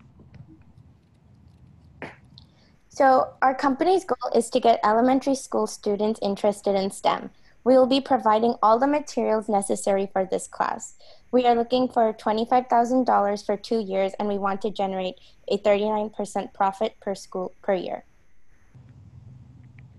The problem is that most elementary schools do not have any 3D printing course. This is an issue because kids should start learning about technology earlier to develop the confidence that allows them to pursue challenging courses such as those in STEM fields. If they want to take any STEM course or 3D design course in middle school or high school, they will already have experience. If kids don't get challenged at a young age, then STEM jobs will continue to go unfilled, just like how 2.4 million STEM jobs went unfilled last year. Our solution is to provide a package to schools which include everything needed for this 3D printing class. We have grade-based curriculums, and we will also be providing teachers. Any students who do not want to take this 3D printing course can stay in the classroom and do something such as silent reading or whatever their teacher has planned for that free time. The 3D printing class will be in the library or GLC and available to take throughout the year. Our solution is unique because students get to engage in a new and different curriculum that has not been established before. Apart from all the academic subjects, students will have fun experimenting with 3D printing. This course allows kids to become inventors and solve real-world problems. An airplane like the one shown is something they can print and have fun with and take it home. The children will be able to print this within 45 minutes. As an experiment, this is something we tried out today. So this is a sample curriculum we have actually made for first grade. So as you can see, we have the math, we have the topics, we have the math, social studies, and science, and then on the right, we have what they can print using the 3D printer. So for our business model, we are confident that the students who take this class will be interested in STEM in the future. We will provide everything required for this class, which includes the 3D printer, the curriculum, the teachers, extra supply to go with the printer, and a technician, as mentioned in the previous slide. This will all be through a yearly subscription, charging schools $2,550 per grade per year. We understand that schools already have materials that are 3D, such as foam, letters, and numbers, but if students print it out themselves, they will learn about their curriculum and 3D printing. This is how our course is unique, because it's not a kit which gets wasted. A kit is a one-time use, but our plan is to add on to their knowledge of 3D printing each year. It is important for us to create a social impact and turn it into a business.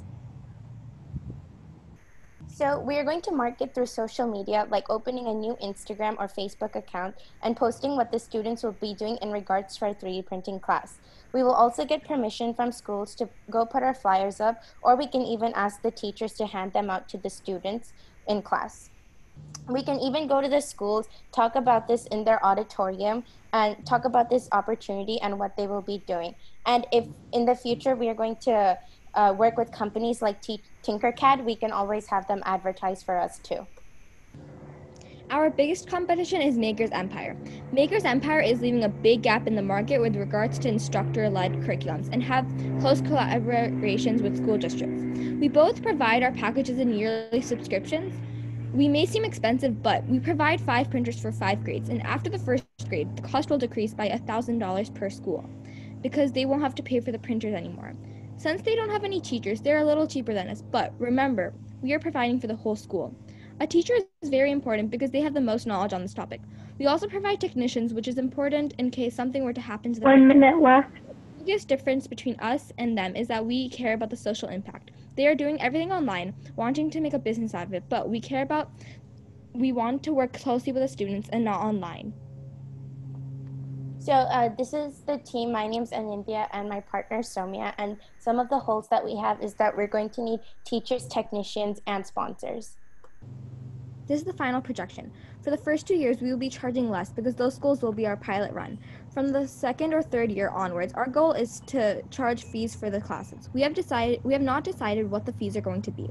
We want to perfect our plan before we go ahead and make it big. We think quality is more important than quantity for the first 2 years.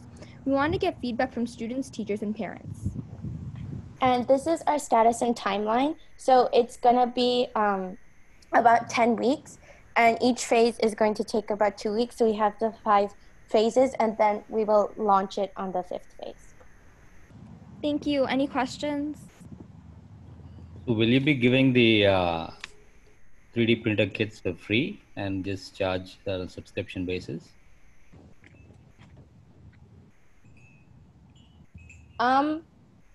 Yeah, so it's gonna be through a yearly subscription, and so for every year we're going to charge them.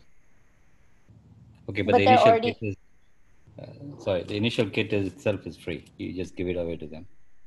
They don't have to buy the 3D printer. No, but they have to buy the whole entire kit, not kit, but the package what we're providing. Okay. The instructor, so is it like a virtual instructor? Like, is it done online, or is it literally an instructor comes to the class, teaches the class, and goes to each of the classes?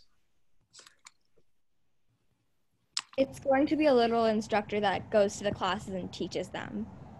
So we know that right now with COVID, obviously, schools are not open right now. So obviously with COVID, we are definitely going to make this online and have the kits shipped to the students, and the instructors will be teaching over Zoom. But the instructors will go into the class and be teaching. Got it. So it's not going to be the teachers who teach because they need to be trained in that. But I know that a lot of schools have these different kinds of speakers that come and speak, or like these motivational speakers who talk about their background. I know for me, one time I had this speaker come to my school who was talking about coding. So instructors like that who know about 3D design will come and teach these kids. Now, have you reached out to sort of other companies that have done this sort of method of bringing instructors into a school just to get a sense of what it takes to scale that kind of a company?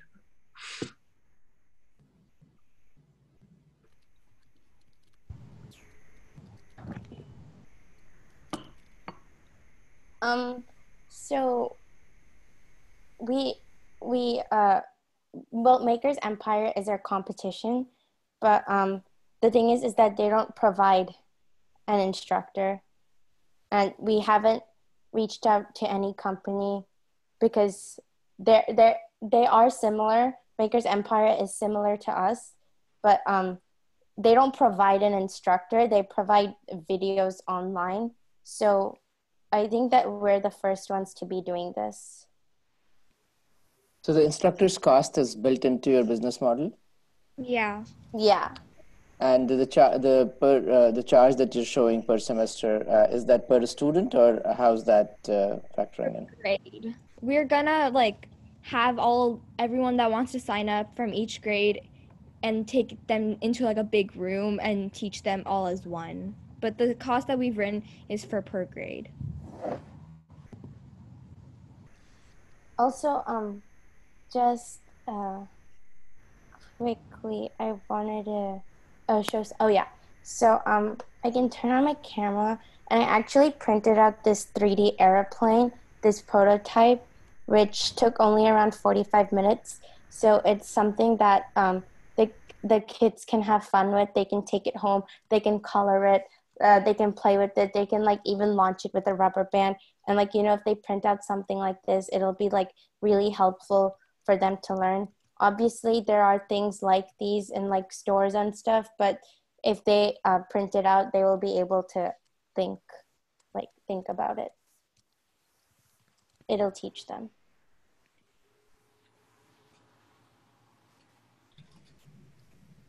All right, thank you, Team EduCat 3D.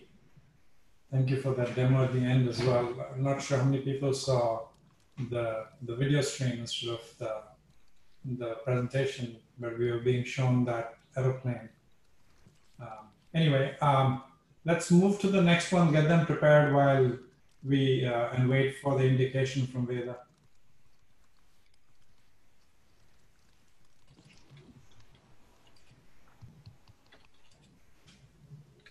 All right, so now Nature's Danger is going to present. Good luck. Thank you, Abby. Let's wait for Veda to give us the indication of a go ahead. Yeah, we're good to go. All right. When you first saw this animal, you thought it was a friendly little dog, but instead it turns out to be a wolf with powerful long legs, dangerous claws, and sharp teeth. And this once harmless animal now carries such diseases such as Lyme or anaplasmosis. Nature's Danger solves all of these issues and provides the user with these diseases along with animal features. So my name is Thea Iyer. I am the CEO and COO of the team. My name is Rishi Wadwa, and I am the CTO and CFO.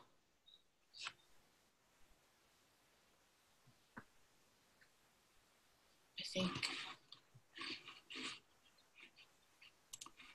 Padma, you're on mute.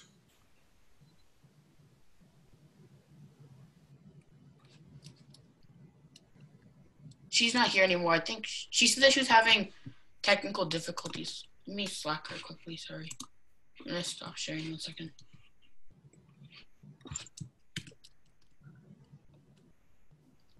Yeah, I don't see her in the participant list. She must have had some connectivity. Yeah, she told us that she was having issues. Yeah. You guys want to go ahead? You want us to skip you and come back? I'd say come back. Okay. Yeah, I agree. Stop sharing, you guys, if possible, and let's go to the next one. All right, so now Solar Sense will go. Please try to pull up your presentation. We appreciate it.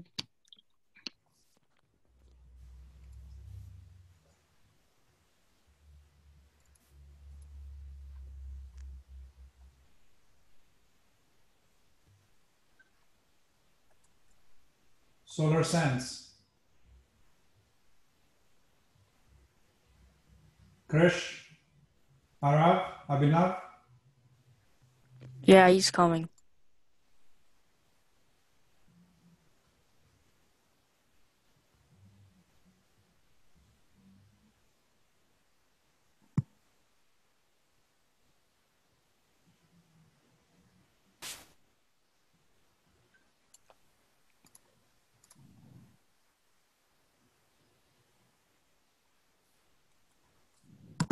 Hi everyone, my name is Abhinav and this is our SolarSense presentation.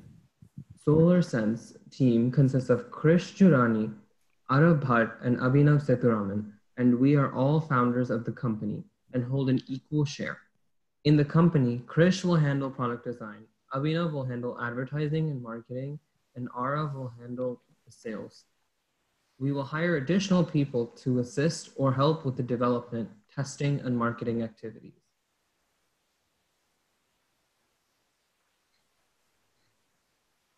SolarSense is a solar-powered power bank specializing in delivering an alternate way to charge our power banks so people can charge their devices.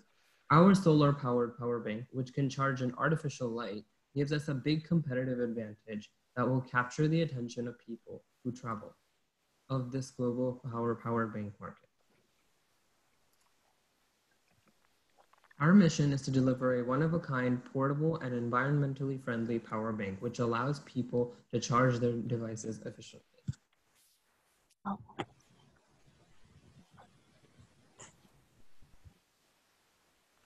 So, what is the scenario?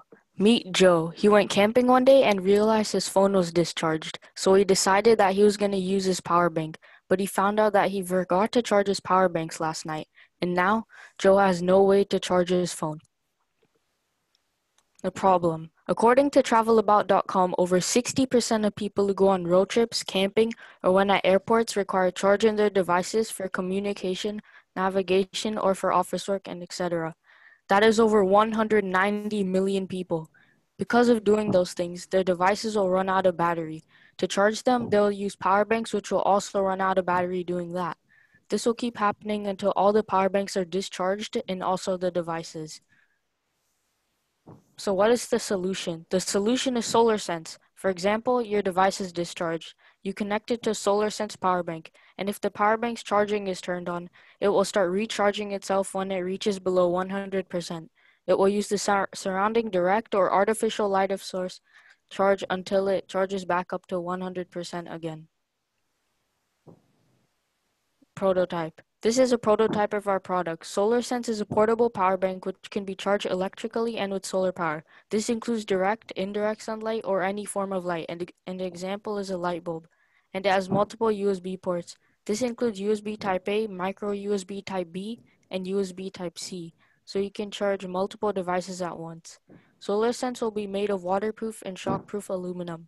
The power bank will have a lithium-ion battery, which is 20,000 mAh, enough to charge your phone 8 times. On the power bank, there will be a copper wireless charging pad, which will allow you to charge your phone wirelessly. On the top right corner of the power bank, there's a little screen telling you how much charging is left in the power bank. Also, there will be a button to turn on solar power charging, so the power bank doesn't keep charging on its own even when you don't want it to. To make the power bank solar powered, there will be mini solar panels installed. Revenue model. Our revenue/business model consists of online selling, since we'll be using our website where we sell our power banks with the color options of red, green, and black. SolarSense value to the customer is that SolarSense is cheaper than most of our competitors, has more features, and is also environmentally friendly. Pricing of components, product, and profit. This is a classification of the cost of our product and its components, and as you can see here, our total cost of our product is going to be $60, and with a profit margin of 50%, that is $30, we will be retailing at $90. Our go-to marketing strategy will be business to consumer, or commonly referred to as B2C. This is because our solar power banks will be created and shipped out to consumers or customers. Our primary ways of advertising would be through social media and through trade shows. Our competitive advantage. SolarSense has all the features that other brands have, plus we have 3 Type-A USBs, 2 Type-C, and 1 Type-B USB. Special sauce. SolarSense offers a very unique feature, which other competitors don't. This special sauce of ours is called artificial source charging. As stated before in the prototype slide, our power bank can charge in regular sunlight and artificial light, like a light bulb, which can really help in situations such as nighttime charging or when you're traveling in a flight or train, etc.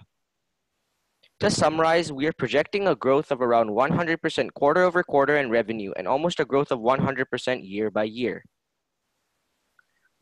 Milestones. Our current status of our company is that our idea, however, product has been formalized.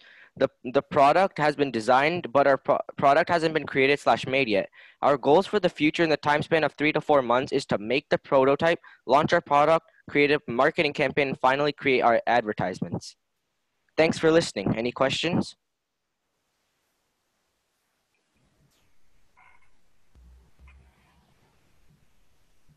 Yeah, as per your prototype, how long does it take to charge your power bank from alternative light? From an so there would be different watts. So the minimum amount you need is 40 watts to charge your power bank.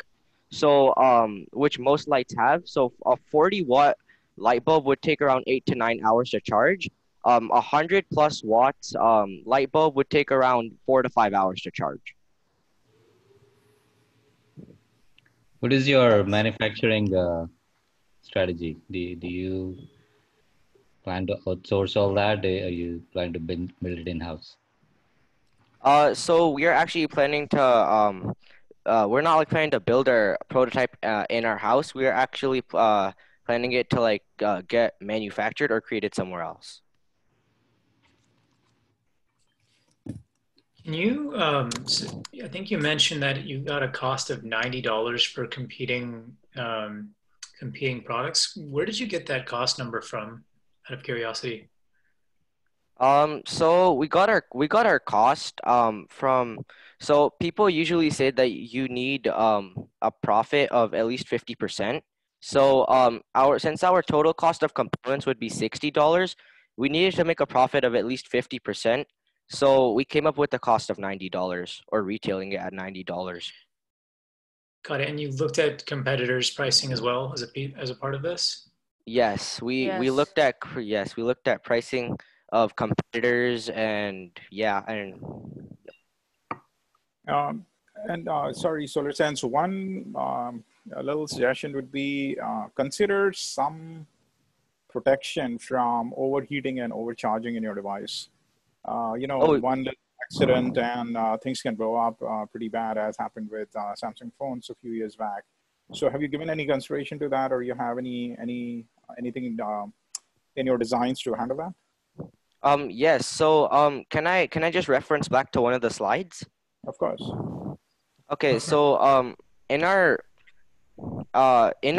competitive advantages, it states that we have overcharge and intelligent protection, but which other competitors also have. So if you have your solar power charging on, or once it reaches 100%, basically, it's gonna stop charging itself. All right. Thank you.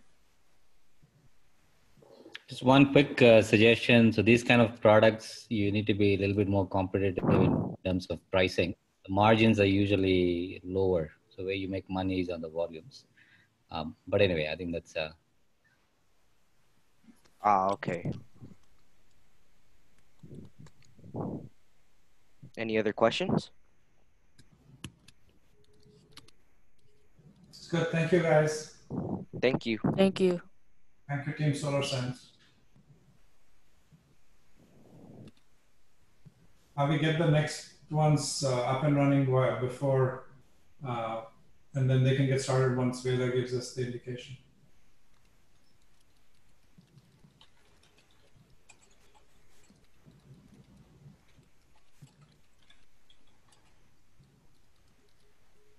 Avi? Oh, I'm sorry. So next Nature Danger is going to go.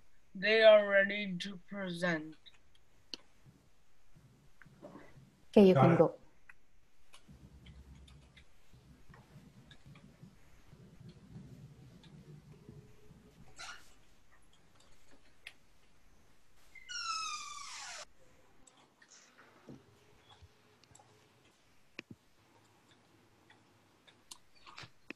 Yep, we're good to go. Okay. When you first saw this animal, you might have thought it was a friendly little dog, but instead it's a wolf with diseases such as Lyme or anaplasmosis and distinctive features such as powerful legs and long, sharp teeth. Our app, Nature's Danger, will solve all these unforgiving problems, such as not knowing what animal this is or how to identify it.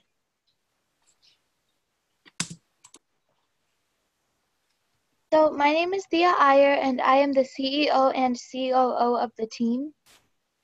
My name is Rishi Kumar, and I am the CTO and CFO.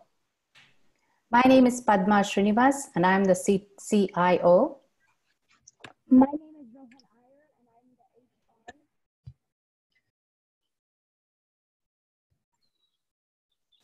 Okay.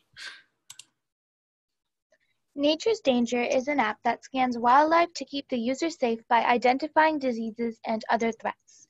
We are different from other companies because we focus on scanning-based technology. We want to grow our company and want to develop our scanning technology. We need $100,000, and in return, we will offer a 10% equity. The problem is that animals and plants may be dangerous and could carry diseases. We desire a community where everyone knows the dangers of animals and plants and they stay safe.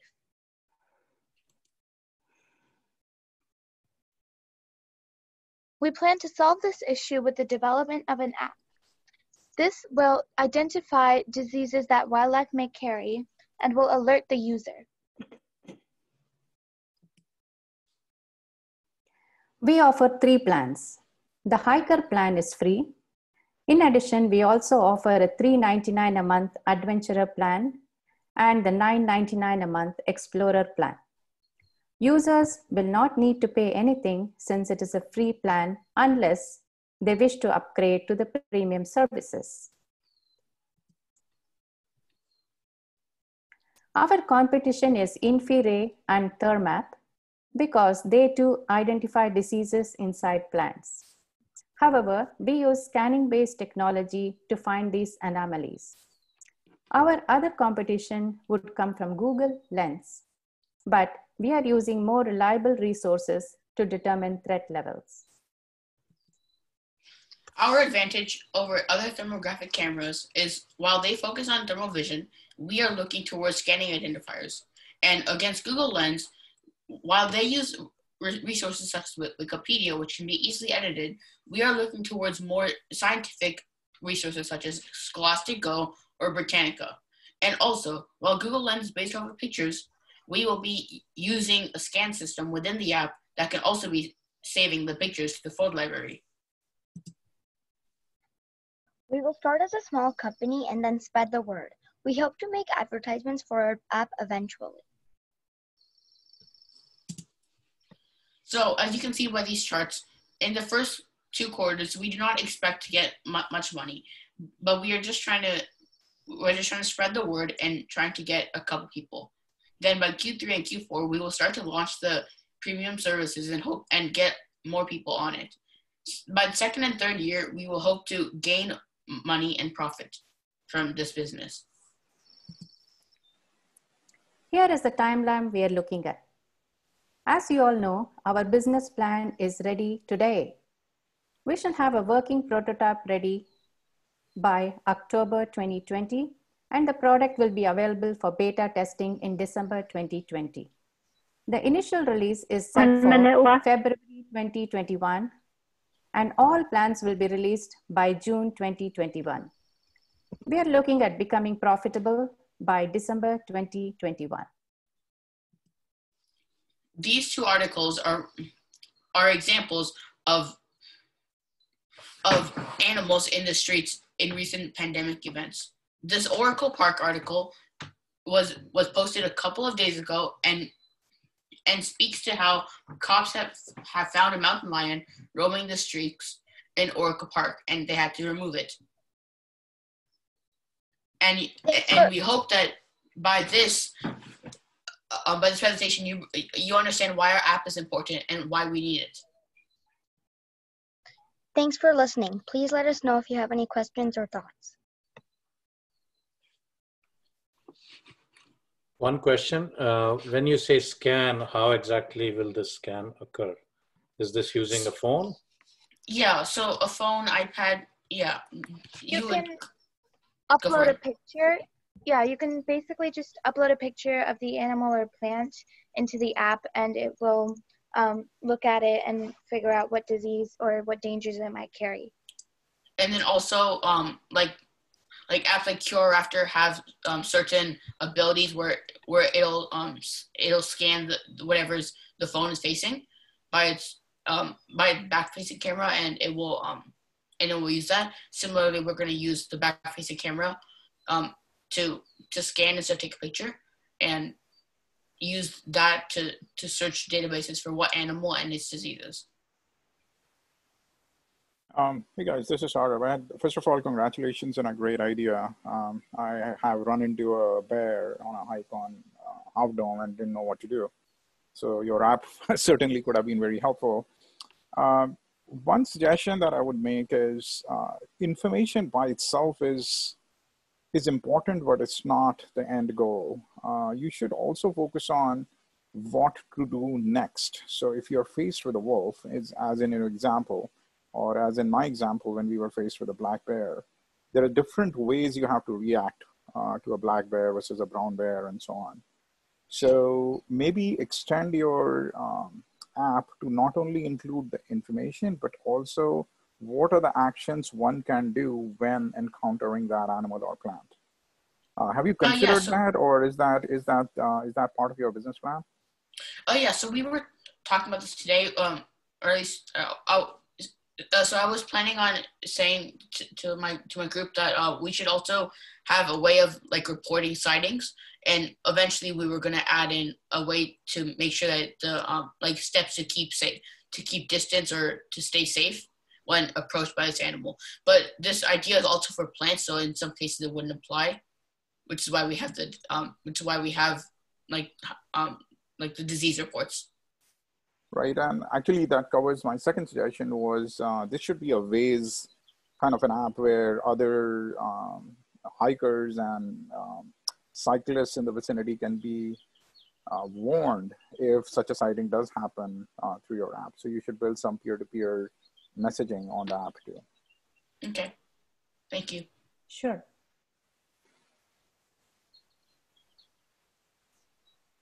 Good job, team. Nature's danger. Thank you.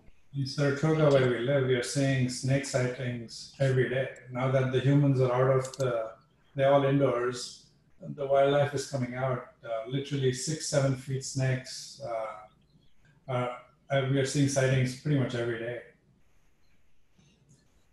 Who goes next, Avi?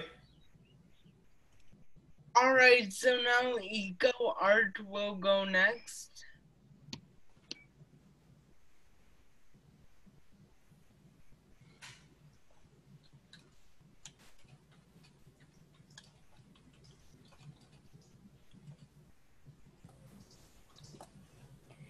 Our startup is EcoArt. My name is Sarem, and I'm the CEO.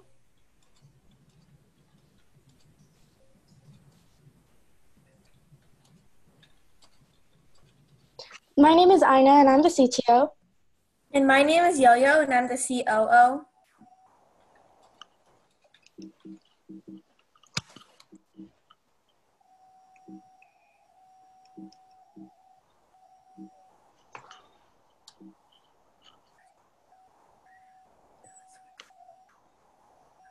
EcoArt is an app that gives simple craft tutorials using recyclable items for our users. It specializes in environmental sustenance and is designed for any age group.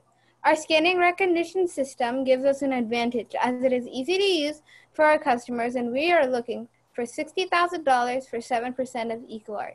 We will be looking for $2,000 to build an image recognition system that will generate $96,000 over the next 3 years. The problem is that people have been mistaking recyclable items as trash for many years now. These items could have been reused and turned into something new or more useful.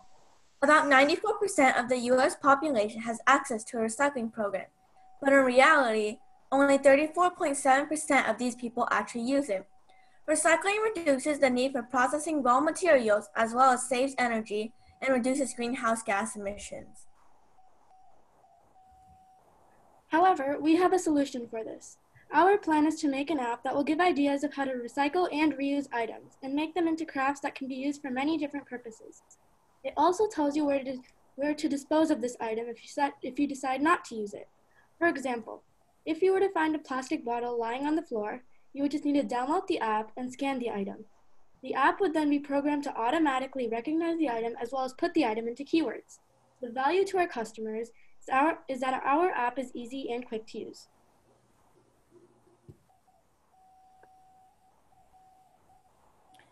One way we are making revenue is by having a premium membership feature. The premium feature will give access to our users to upload their own craft ideas, and the user would be able to create their own marketplace. The premium service will be $2 per month. Our special sauce. Our advantage is that the app is fully automated and there is no human input necessary.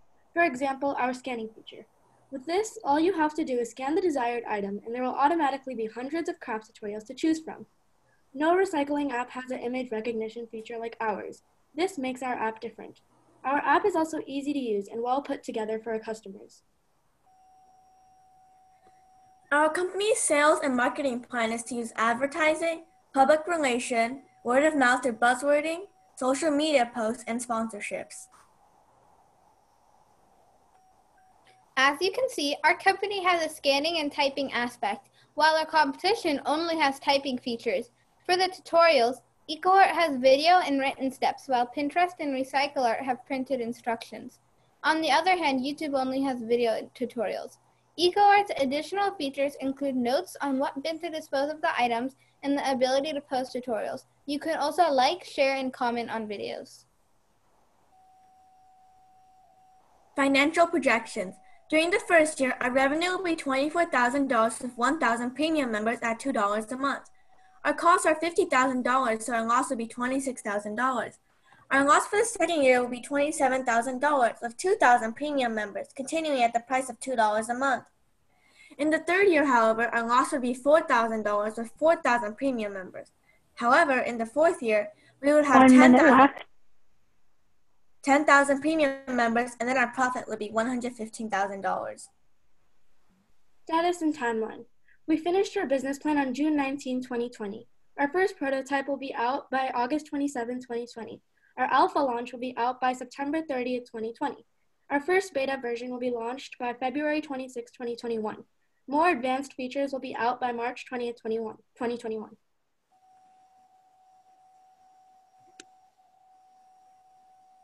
Thanks for listening. Any questions?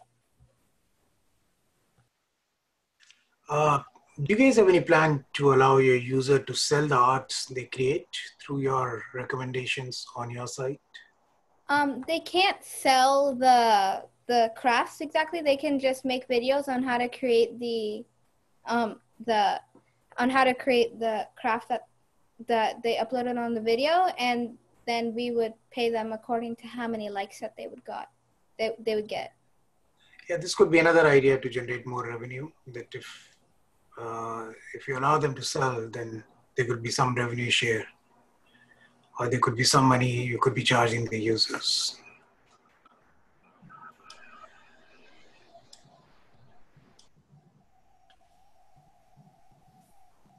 Thank you, Sachin, for the idea. Anybody else? Questions? Avi, we can get the next one prepared.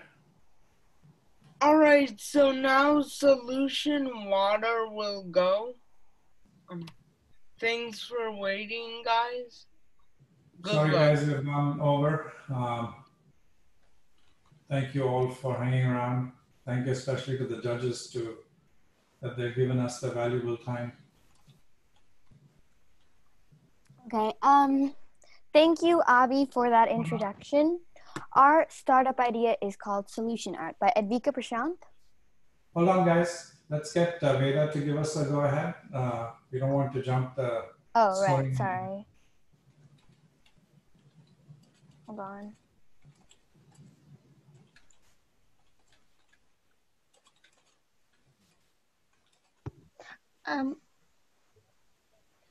Neha in our team isn't there. Yeah, we have one person that couldn't make it today. Is that Sneha? Yes. Yes. Yeah, she had warned us that she may not be able to make it. That's okay. You three can go ahead. All right, we're good to go. All right, go guys. Solution water. Thank you. Sorry. Can you guys see my screen or? Not yet. Okay, hold on. Okay. And now we can. Okay, so our startup idea is called Solution Water by Advika Prashant, Sahana Jaware, Sneha Madan, and Vicky Torm. Hi, I'm Advika. I am the CEO and I moved to Silicon Valley 3 years ago from Pasadena. I like to bake, paint, and play tennis. My name is Vicky. I'm CFO and moved to the Bay Area in 2015. I love to play tennis, read, and golf. Hi, I'm Sahana. I'm the COO. I was born in the Bay Area. I enjoy reading a lot, and I play badminton as a hobby. And Snail was supposed to be here. She's the CIO. She was also born in the Bay Area, and she likes to paint, dance, and play soccer. Why did we choose water conservation? No matter where, the whole world is affected by the decreasing or lost supply of water. In our app, we have the option where you can donate money to any charity you wish anywhere in the world. We are doing this because we want to help our world become a better place. Our executive summary. Solution Water is an app specializing in water conservation for people who would like to see a change in their world. We would also like people who don't conserve that much water or aren't very aware of the situation to download our app so we can influence them. Our kid-friendly and free app is easy to use and follow so you can make a bigger impact on your community. We will be looking for about $9,000 to build an app and a website. We believe that this will generate $90K over the next 3 years. The problem. Water usage is a huge problem in our society. The average person in the US wastes up to 30 gallons of water every day. In a world where much of the population lack clean and safe water, it is a shame that we waste so much. Many people don't know it, but when there's a lack of water in the community, people can't get enough to do everyday tasks such as drinking, washing, or feeding crops. This can cause many economical problems. In addition, people that don't have safe enough water can get many diseases. Did you know that every 2 minutes a child dies from a water-related disease? This is a problem we are determined to fix. The solution. Oh, yeah, can go. Solution. Our app is a great way to help the problem because it's free, easy to use, and gives our users free coaching and pro tips on water conservation. Some features that are provided in our app is that it can tell the water footprint in a specific item. It allows you to report water waste by taking a picture and sending it to your city. Water footprint is how much water it takes to make an item. The city wants to make sure everyone uses water efficiently. This is why we plan on being very open to cities who want to see a change. This side of the app will be used by city councils or city water suppliers. When our customers make complaints to the city, they will fix the problem. The customers use our app to let the city know. Because they are using our app, we plan on making them pay service fees to us. Our special sauce. Our app has free and easy access. It provides hands-on tips on conserving water. You can easily make a water-related complaint and send it to your city. You can also donate however much you want to your preferred charity to help the water crisis. And our main focus is social good, not the money, which emphasizes our efforts. These are some traits that you don't see in many other businesses. Our business model. To advertise our app, we plan on giving brief talks at schools, businesses, and local libraries and grocery stores. We will also have flyers and advertisements. The app is free to download, but the ads and service fees from the cities will help generate money. We also have a premium option. This option will include the feature where you can take a picture and send it to your city for water-related complaints. And there will also be no ads in this option. We plan on gaining popularity so the cities will be interested in our app and will allow us to become a direct service to them. Our competition. There are a lot of companies whose main goal is to conserve water, just like us, such as Virtual Water, H2O Tracker, e-water footprint, and Drop Counter, etc. And financial projections. Year one. In year one, we plan to invest about $4,000, and our total profit will be about $5,000 since we're going to be a new company and we won't have that much popularity. In year 2, we plan on investing $2,000, but gain a total profit of $10,000 because we believe that we will have gained more popularity during this time. And in year 3, we're planning our investments to be $1,000 and our total profit to be $75K. It doesn't seem like a lot, but like we said before, our main goal is social good, not the money. Financial projections continued. Once we have enough money, we'd like to add to the app. We could sign contracts with other companies so our app is more public and easy to use. We plan on being a direct service to the city because we're helping them, and then that we will be earning more money. On our status and timeline, we believe that it'll take about 4 weeks to build and design our app, 2 weeks for development, 3 weeks for testing, and another 3 weeks for marketing, 1 week for launch. After launch, we have some other goals. We believe it'll take about 6 months to a couple of years to gain popularity, and then we will become a direct service to cities. And in the future, we want to have some further updates as well. Any questions? Thank you.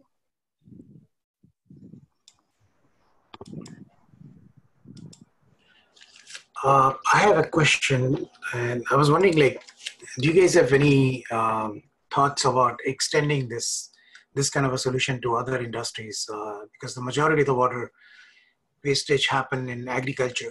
So I was reading somewhere is about 70 to 80% of the water wastage is in growing plants. So any ideas of extending or going to the other avenues or other industries? Yeah, maybe for agriculture, we can like have farmers do something about it and have free coaching and pro tips about agriculture and saving water on our app too.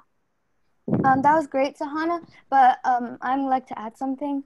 Like we said before, we would like to become a direct service to some cities, and then while we're doing that, the cities can also, like part of the cities, there's some agriculture businesses that are run by them, so they can also take part in that program that we have. This is one minor suggestion for you to consider. I've done business with the government before, and it's not the easiest thing to do because of various procedures that they have to follow. One way to make yourself more attractive to the city, because that's where your business model is based out of, is have more diversity in your, like cultural diversity in your ownership group. So consider like veterans, or consider other minorities and others that you can include in your executive team. That helps generally when you do business with the government, especially with the cities. Okay, thank you. We'll definitely take that advice. Yeah. Anything else? Any comments, questions?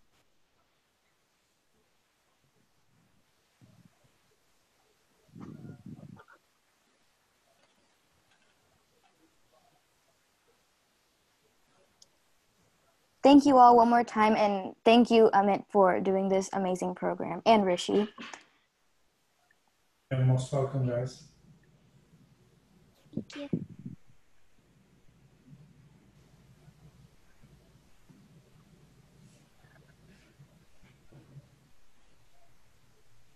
All right, we're good to go for the next pitch. All right, should I start screen Alright, sharing? so now we will hear from Fine Tune. So when you guys are ready, you could go. Have a great.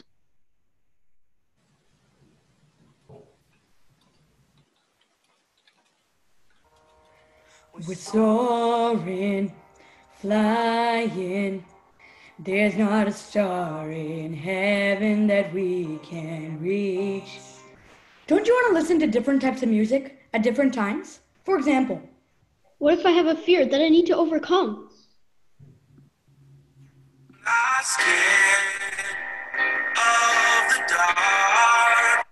Or what if I'm pumped up and ready to listen to some electronic music?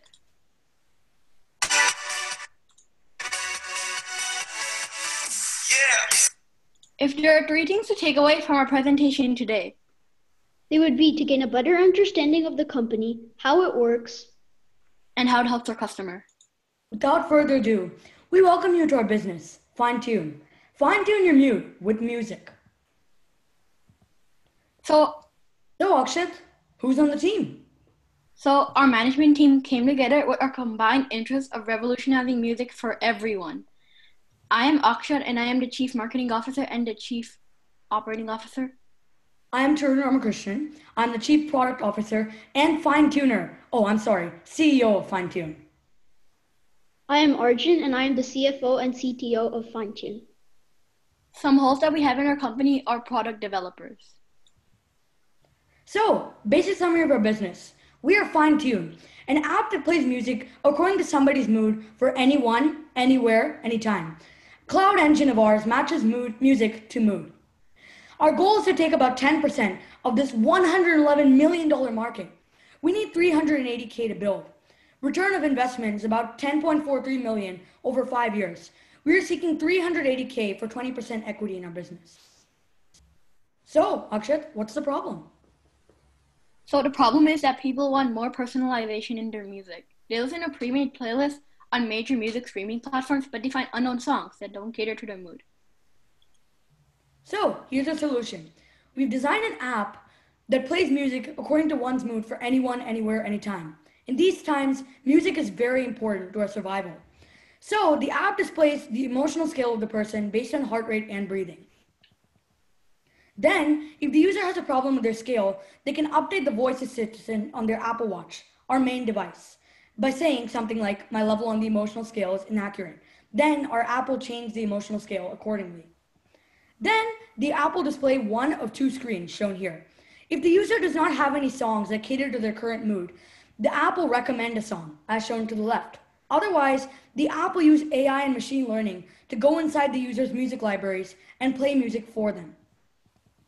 Then after the music is done, the app will display the before and after stats of the user, before they play the song and after. Here's a bigger image of that. And here's a table that correlates heart rate and breathing to the different levels of the emotional scale. On to Akshat with our business model. So we will make money by selling our app on the App Store for $9.99 and from ad revenue. Some expenses that we will have are from app developers needed to make our product.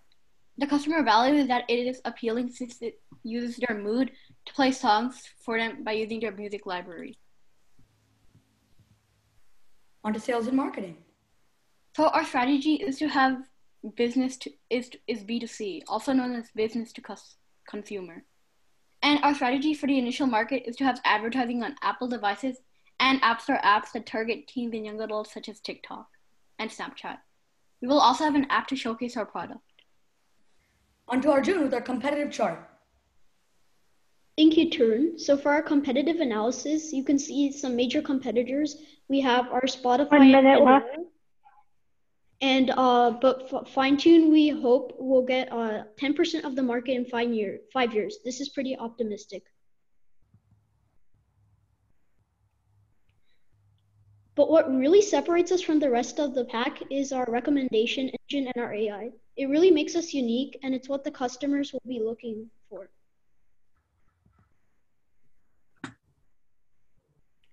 So for financial projections, we have estimated amounts of revenue and EBIT shown here, and we expect a 2 to 4% growth rate per year.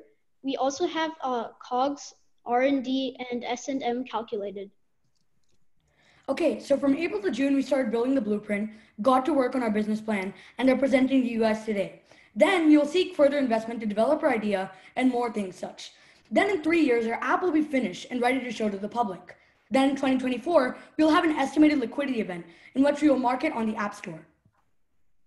Thank you so much for listening, and invest in Fine Tune. Fine Tune. Any suggestions to fine tune our business?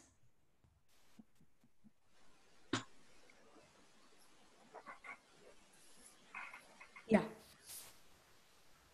We're done.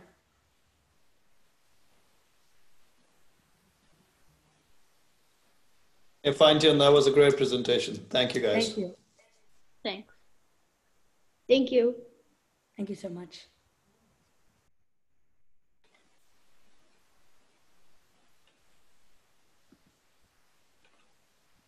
All right, no questions. as we have said, we will. The judges are inputting a lot of input to the teams as feedback. We will pass that on to you guys at a later stage. Good job, Tarun and Co. Fine tunes is a great idea. All right. Hey, sorry, I just had one thing to say. Sorry, I'm butting in late. Is to fine tune, I would just say that I think your price point is a little bit on the higher side. So maybe you want to go down to your math and figure out it's not easy to sell apps against competitor at that price point. So maybe starting point should be a little bit lower. And once you gain popularity, you might be able to hike up your prices with more. Sure, we'll definitely take in that suggestion. Thank you. Thank you for your feedback.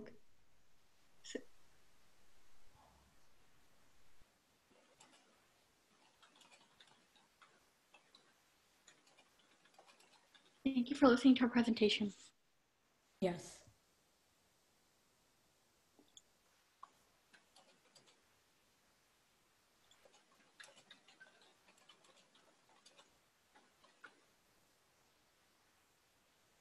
All right, we're set for this pitch. Great. All right, now we are presenting our last group, EDU World. Thank you.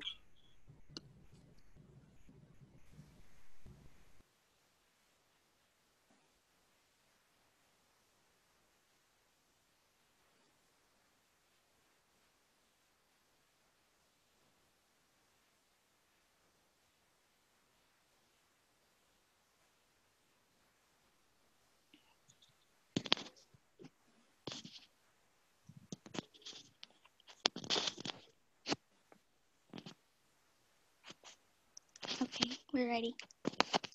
EduWorld by Dia Goyal, Nicole Lee, and Shrishti Madesha. Nicole Lee isn't able to make it today, so Dia and me are going to be presenting.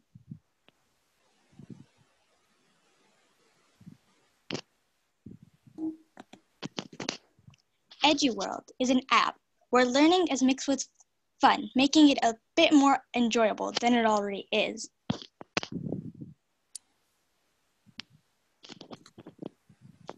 The big problem. Learning isn't fun, and because of quarantine, school is very lax and you don't learn much. And children these days are more attracted to video games than school.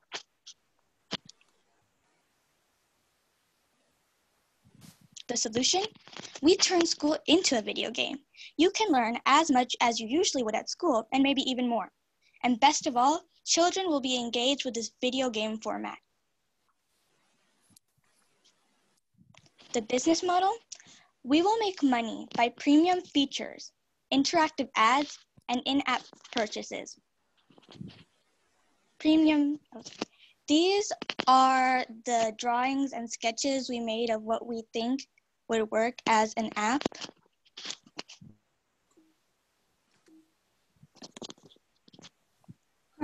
So what's the special sauce? We have a search bar which only premium members can use. You can look up concepts that you are struggling with. Unlike many other businesses, we offer all subjects, not just math. We will market our app by asking local schools to use our app and advertising. One of our top competitors is abcmouse.com. However, unlike EduWorld, you cannot interact with other people in your class. However, in EduWorld, you can not only interact with other people in your class, but people anywhere in the world. So I'm Dia Goyal, the CEO. Nicole Lee couldn't make it, and then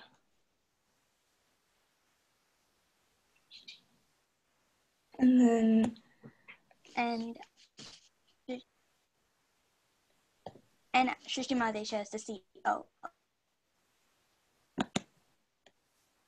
So this is, so by 2024, the app cost is expected to be $50. The revenue will be $5,000, and we will have a leftover of about $5,000.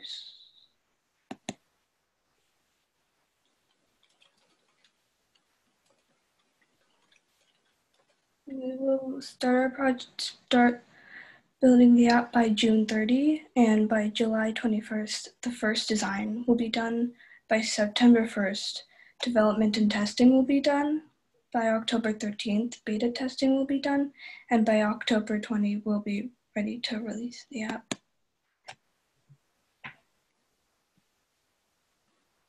Any questions? Do you view this as like a supplement to what's being taught in schools, or like how do you view teachers as using this? You know, you like leveraging this application either in classrooms or outside of this, or outside of classrooms. So inside and outside class, you could use this to make it a part of school. The teachers could use this app to figure out problems or challenge the students. And outside school, a child could just do this as an extra item after school. Is your question answered, or is there still something? No, that's good. Thank you.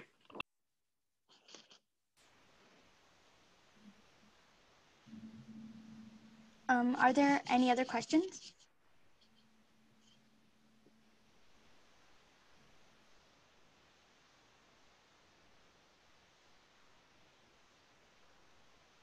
All right. Believe it or not, we're at the end of the show. Thank you all. Thank you all very much.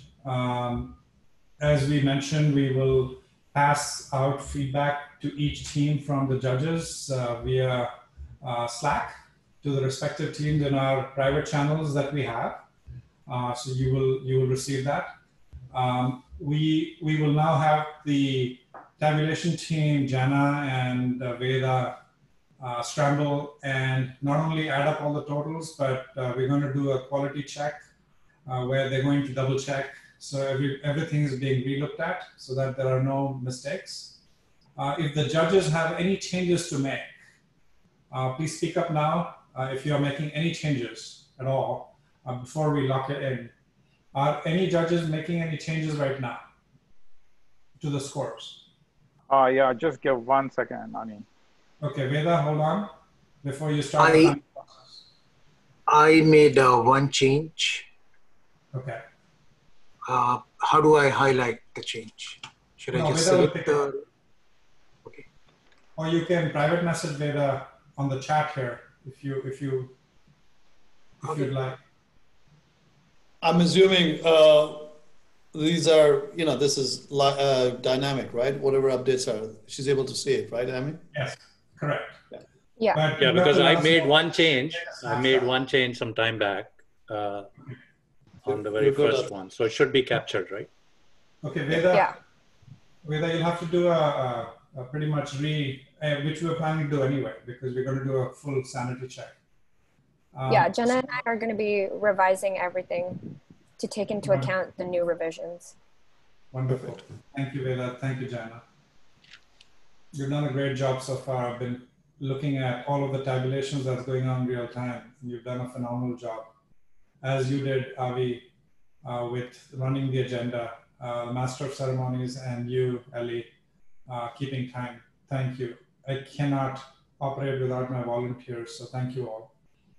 We'll wait for the results to stream in.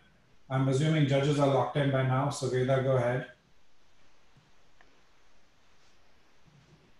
And then we will go ahead and announce our third place, second place, and first place winners. Everyone who presented today will receive a certificate. They are beautiful certificates that are matched with the Rishi Kumar brand, the campaign brand colors. The certificates have been made by Ellie. She's also a volunteer here. She's done a great job. She builds our certificates for all of our events, like the hackathon last week. And then I cannot but thank the judges, each of you, for the time you spent, more than the time, the invaluable feedback that you've provided to each of the students. This one caps the course with icing, as they say. Your input and your time to us has been invaluable. So thank you to each of you for spending your Saturday afternoon with us. And then last but not the least, once we announce the results, we will let people cheer and leave the meeting. So last but not the least, my students, you've been amazing, amazing students. I have loved the interaction on a daily basis. We have had a lot of fun together with our classes, with each of you. You know my style of teaching, which is I let you guys teach yourself. And so the work that you did along with me was amazing. Special call out to a few people who were always there helping me, people like Pradyumna and Tarun. Thank you. And of course, Jacob and his idiosyncrasies, being one of the youngest ones there, but always contributing. Arnav, all of you guys. It's just been amazing to work with you guys. So thank you for allowing me to make this little bit of an impact to your learning. Yeah, thank you to the volunteers and Amit and Rishi for organizing this. This was very flawlessly done and organized. It's quite amazing. You guys have all done a great job. Yeah, I'd like to add, so Amit, great job doing this, but I would like to add, going through the presentations and all the innovative ideas, I'm really impressed. As Amit, you said that at this age, most of us wouldn't even know how to think of the ideas or what's an entrepreneurship is. And here I'm seeing everyone presenting the full deck on the product, the business plan, the marketing, covering all the areas. So regardless of whoever wins the first, second, third prize, I think all of you have done a tremendous job. It's a cliche, but everybody's a winner after going through this exercise. Yeah, to add to that. Echo, Sachin's views. I think all the presenters did a fantastic job, great ideas. And congrats to Amit and team. This is a great initiative. It will help them go a long way. Yeah, Amit, you have been thanking us for our time, but I think it was quite enjoyable, and especially to see young minds think about problems that are there and their way around it. Yeah, thank you for having us. Sorry, I was going to say please. just two quick things. One, I'm very, very encouraged to see so many girl students being entrepreneurs, which is a very refreshing thing to see. So I am very happy to see so many, and I have 2 boys at home. So it's a breath of fresh air to see, girls being in leadership positions and presenting with such great elan and confidence. So that was great. So thank you, Amit, for continuing this work.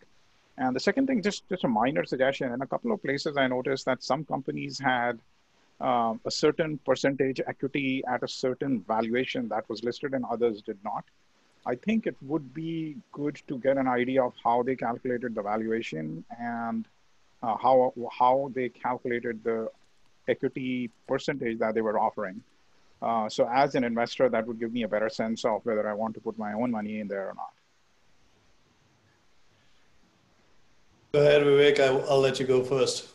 I was just going to say, as somebody who sees like a lot of pitches every year, on the professional side, it takes a lot of courage to sit in front of a group of people and to make a pitch. And especially at that age, that's, it's a very difficult thing. So just wanted to give my congratulations to everyone before we, to get to the end result of this. So, great job from everybody, getting in front of the judges and getting in front of your peers and being a part of this process. Look, I echo everybody's thoughts as well, Amit, and to all of you. I will share an anecdote. Took me back in time when I was in college and I actually pitched my first business in front of to some potential investors in a competition. It didn't make it. It didn't get the funded, but I'm addressing this specifically to all of those students who, are not going to be in the first, second, or the third category. This is not any reflection on that. go pursue what you have in front of you, whatever ideas, thoughts, take your passions, work with them. I can tell you each one of these panels, judges that are sitting here, have gone through a lot of rejections in their life and not come first or got funded. But there's a right, just go pursue your passions and dreams. Just want to make sure you get that message across. Thanks, Amit, once again. Thank you, all of you, for your kind thoughts and encouragement to the students. But thank you again for your time that you spent. It's invaluable. These people, our students, will remember this for a long, long time. Even when they're old, they'll remember the lessons from today. I would just like to say a few words. Yes, go for it. Who's that, Arna? Yeah. Yeah, go ahead, Arna. So I would just like to say a few words. It's been like a really good experience working with the team as well as joining this boot camp. I would just like to thank Amit sir for mentoring us and Rishi for holding this event. And I would like to join again next time. Thank you, Arnav. You've been a very good student. If anybody else wants to talk, happy to, but otherwise we'll wait for the results. Veda and Jana are working away.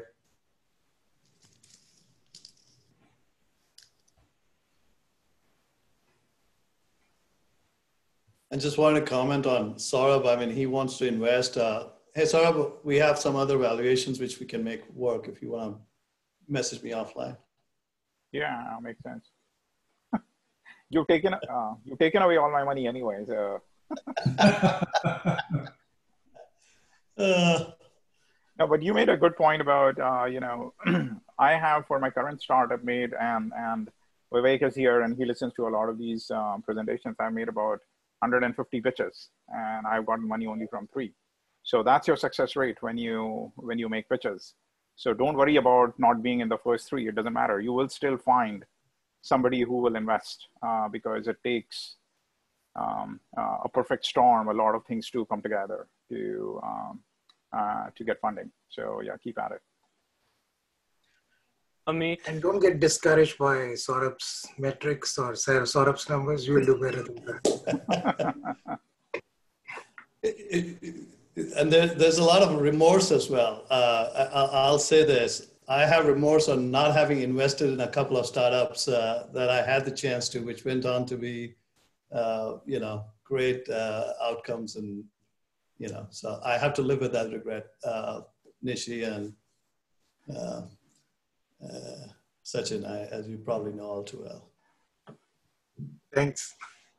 And it's in the making, Saurabh, as well, right? And no, they're not letting you invest in their next startup. No. Hey, I missed the boat and I can't get back in. I know. That's what I'm trying to say. Like, you know.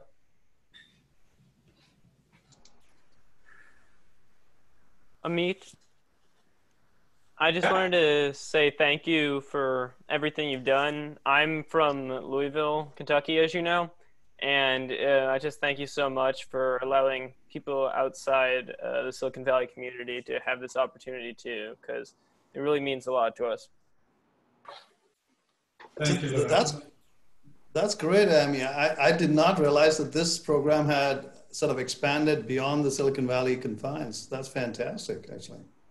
Yeah, when we were running this online, we had at high water mark, and we can't do that. We can't do that face-to-face anymore, but when we were doing the face-to-faces, we had spread to 12 centers, right. Which, as you mentioned, was not only areas where we really want the STEM, and Saurabh made this point. I started this course with the goal of educating as many girls as possible. As you guys know, I have 2 girls myself.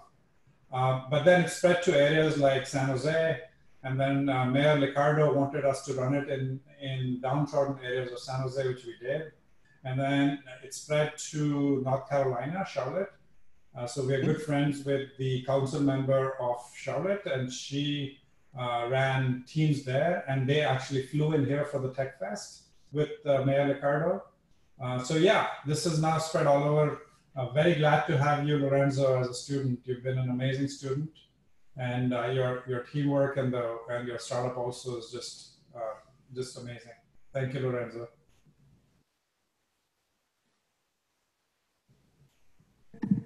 I just want to say, sir, when I begin founding my enterprise, you will be the first one I credit.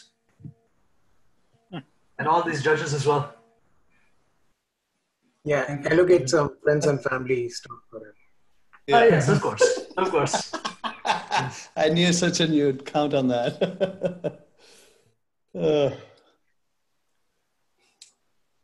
All right.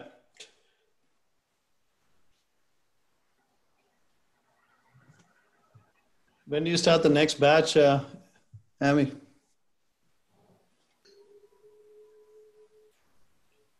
You're on mute. You're on mute. Sorry. Rishi is discussing getting the next batch going in the next couple of weeks. But we're going to try a different style this time. So I think I'm committed to doing this once a year. That's really nice of you to continue doing it repeatedly.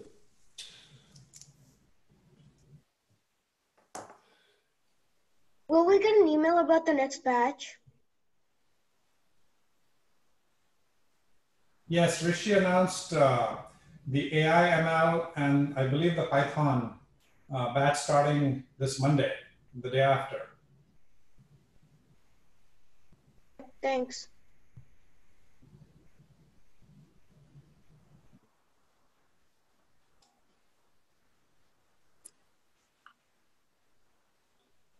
All right, Jenna and I have finished calculating the results. Thank you, Veda. I'm going to go and extract it, and then I'm going to create a quick visual for the prize winners. So hold on. Everybody, results in 2 minutes.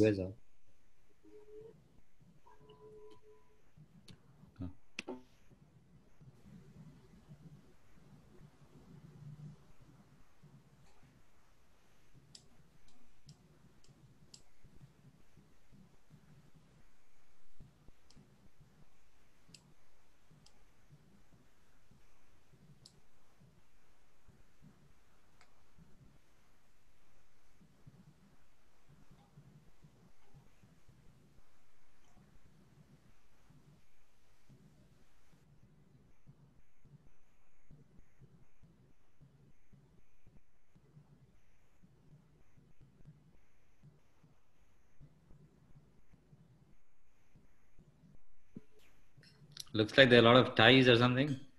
Very tense counting going on. No, I asked the team to make sure that they double check, and we had a second person also check so that we don't make any mistakes, because, you know, like the Oscars, we have a PricewaterhouseCoopers like counting mechanism.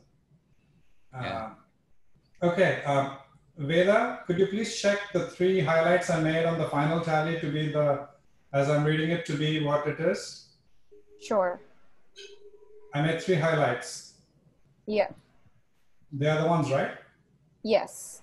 Okay, good. So we are ready to, drum roll please. So coming in 3rd place, can you guys see my screen?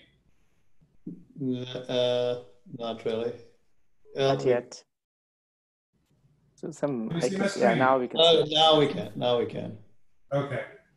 So coming in 3rd place is... What's going on? Fine Tune. Tarun, Akshat, and Arjun. All right. Yay! Thank you. So each of you will get your certificate. Thank you so much. Oh my God. Thank you. Thank you, Ali, for making the certificates. As you can see, beautiful certificates. We will give you individual certificates. This one is just to show the prize. and I'm proud of Ellie's work. So this is to show Ellie's work. Okay, second place goes to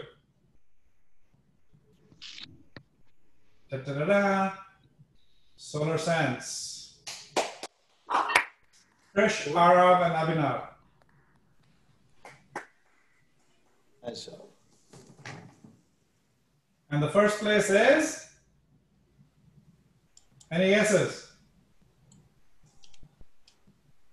Yeah, the group that created the application for Walmart, Safeway, and Yep, Costco. that's it. And the first place is Hygiea. Nishi, you're right.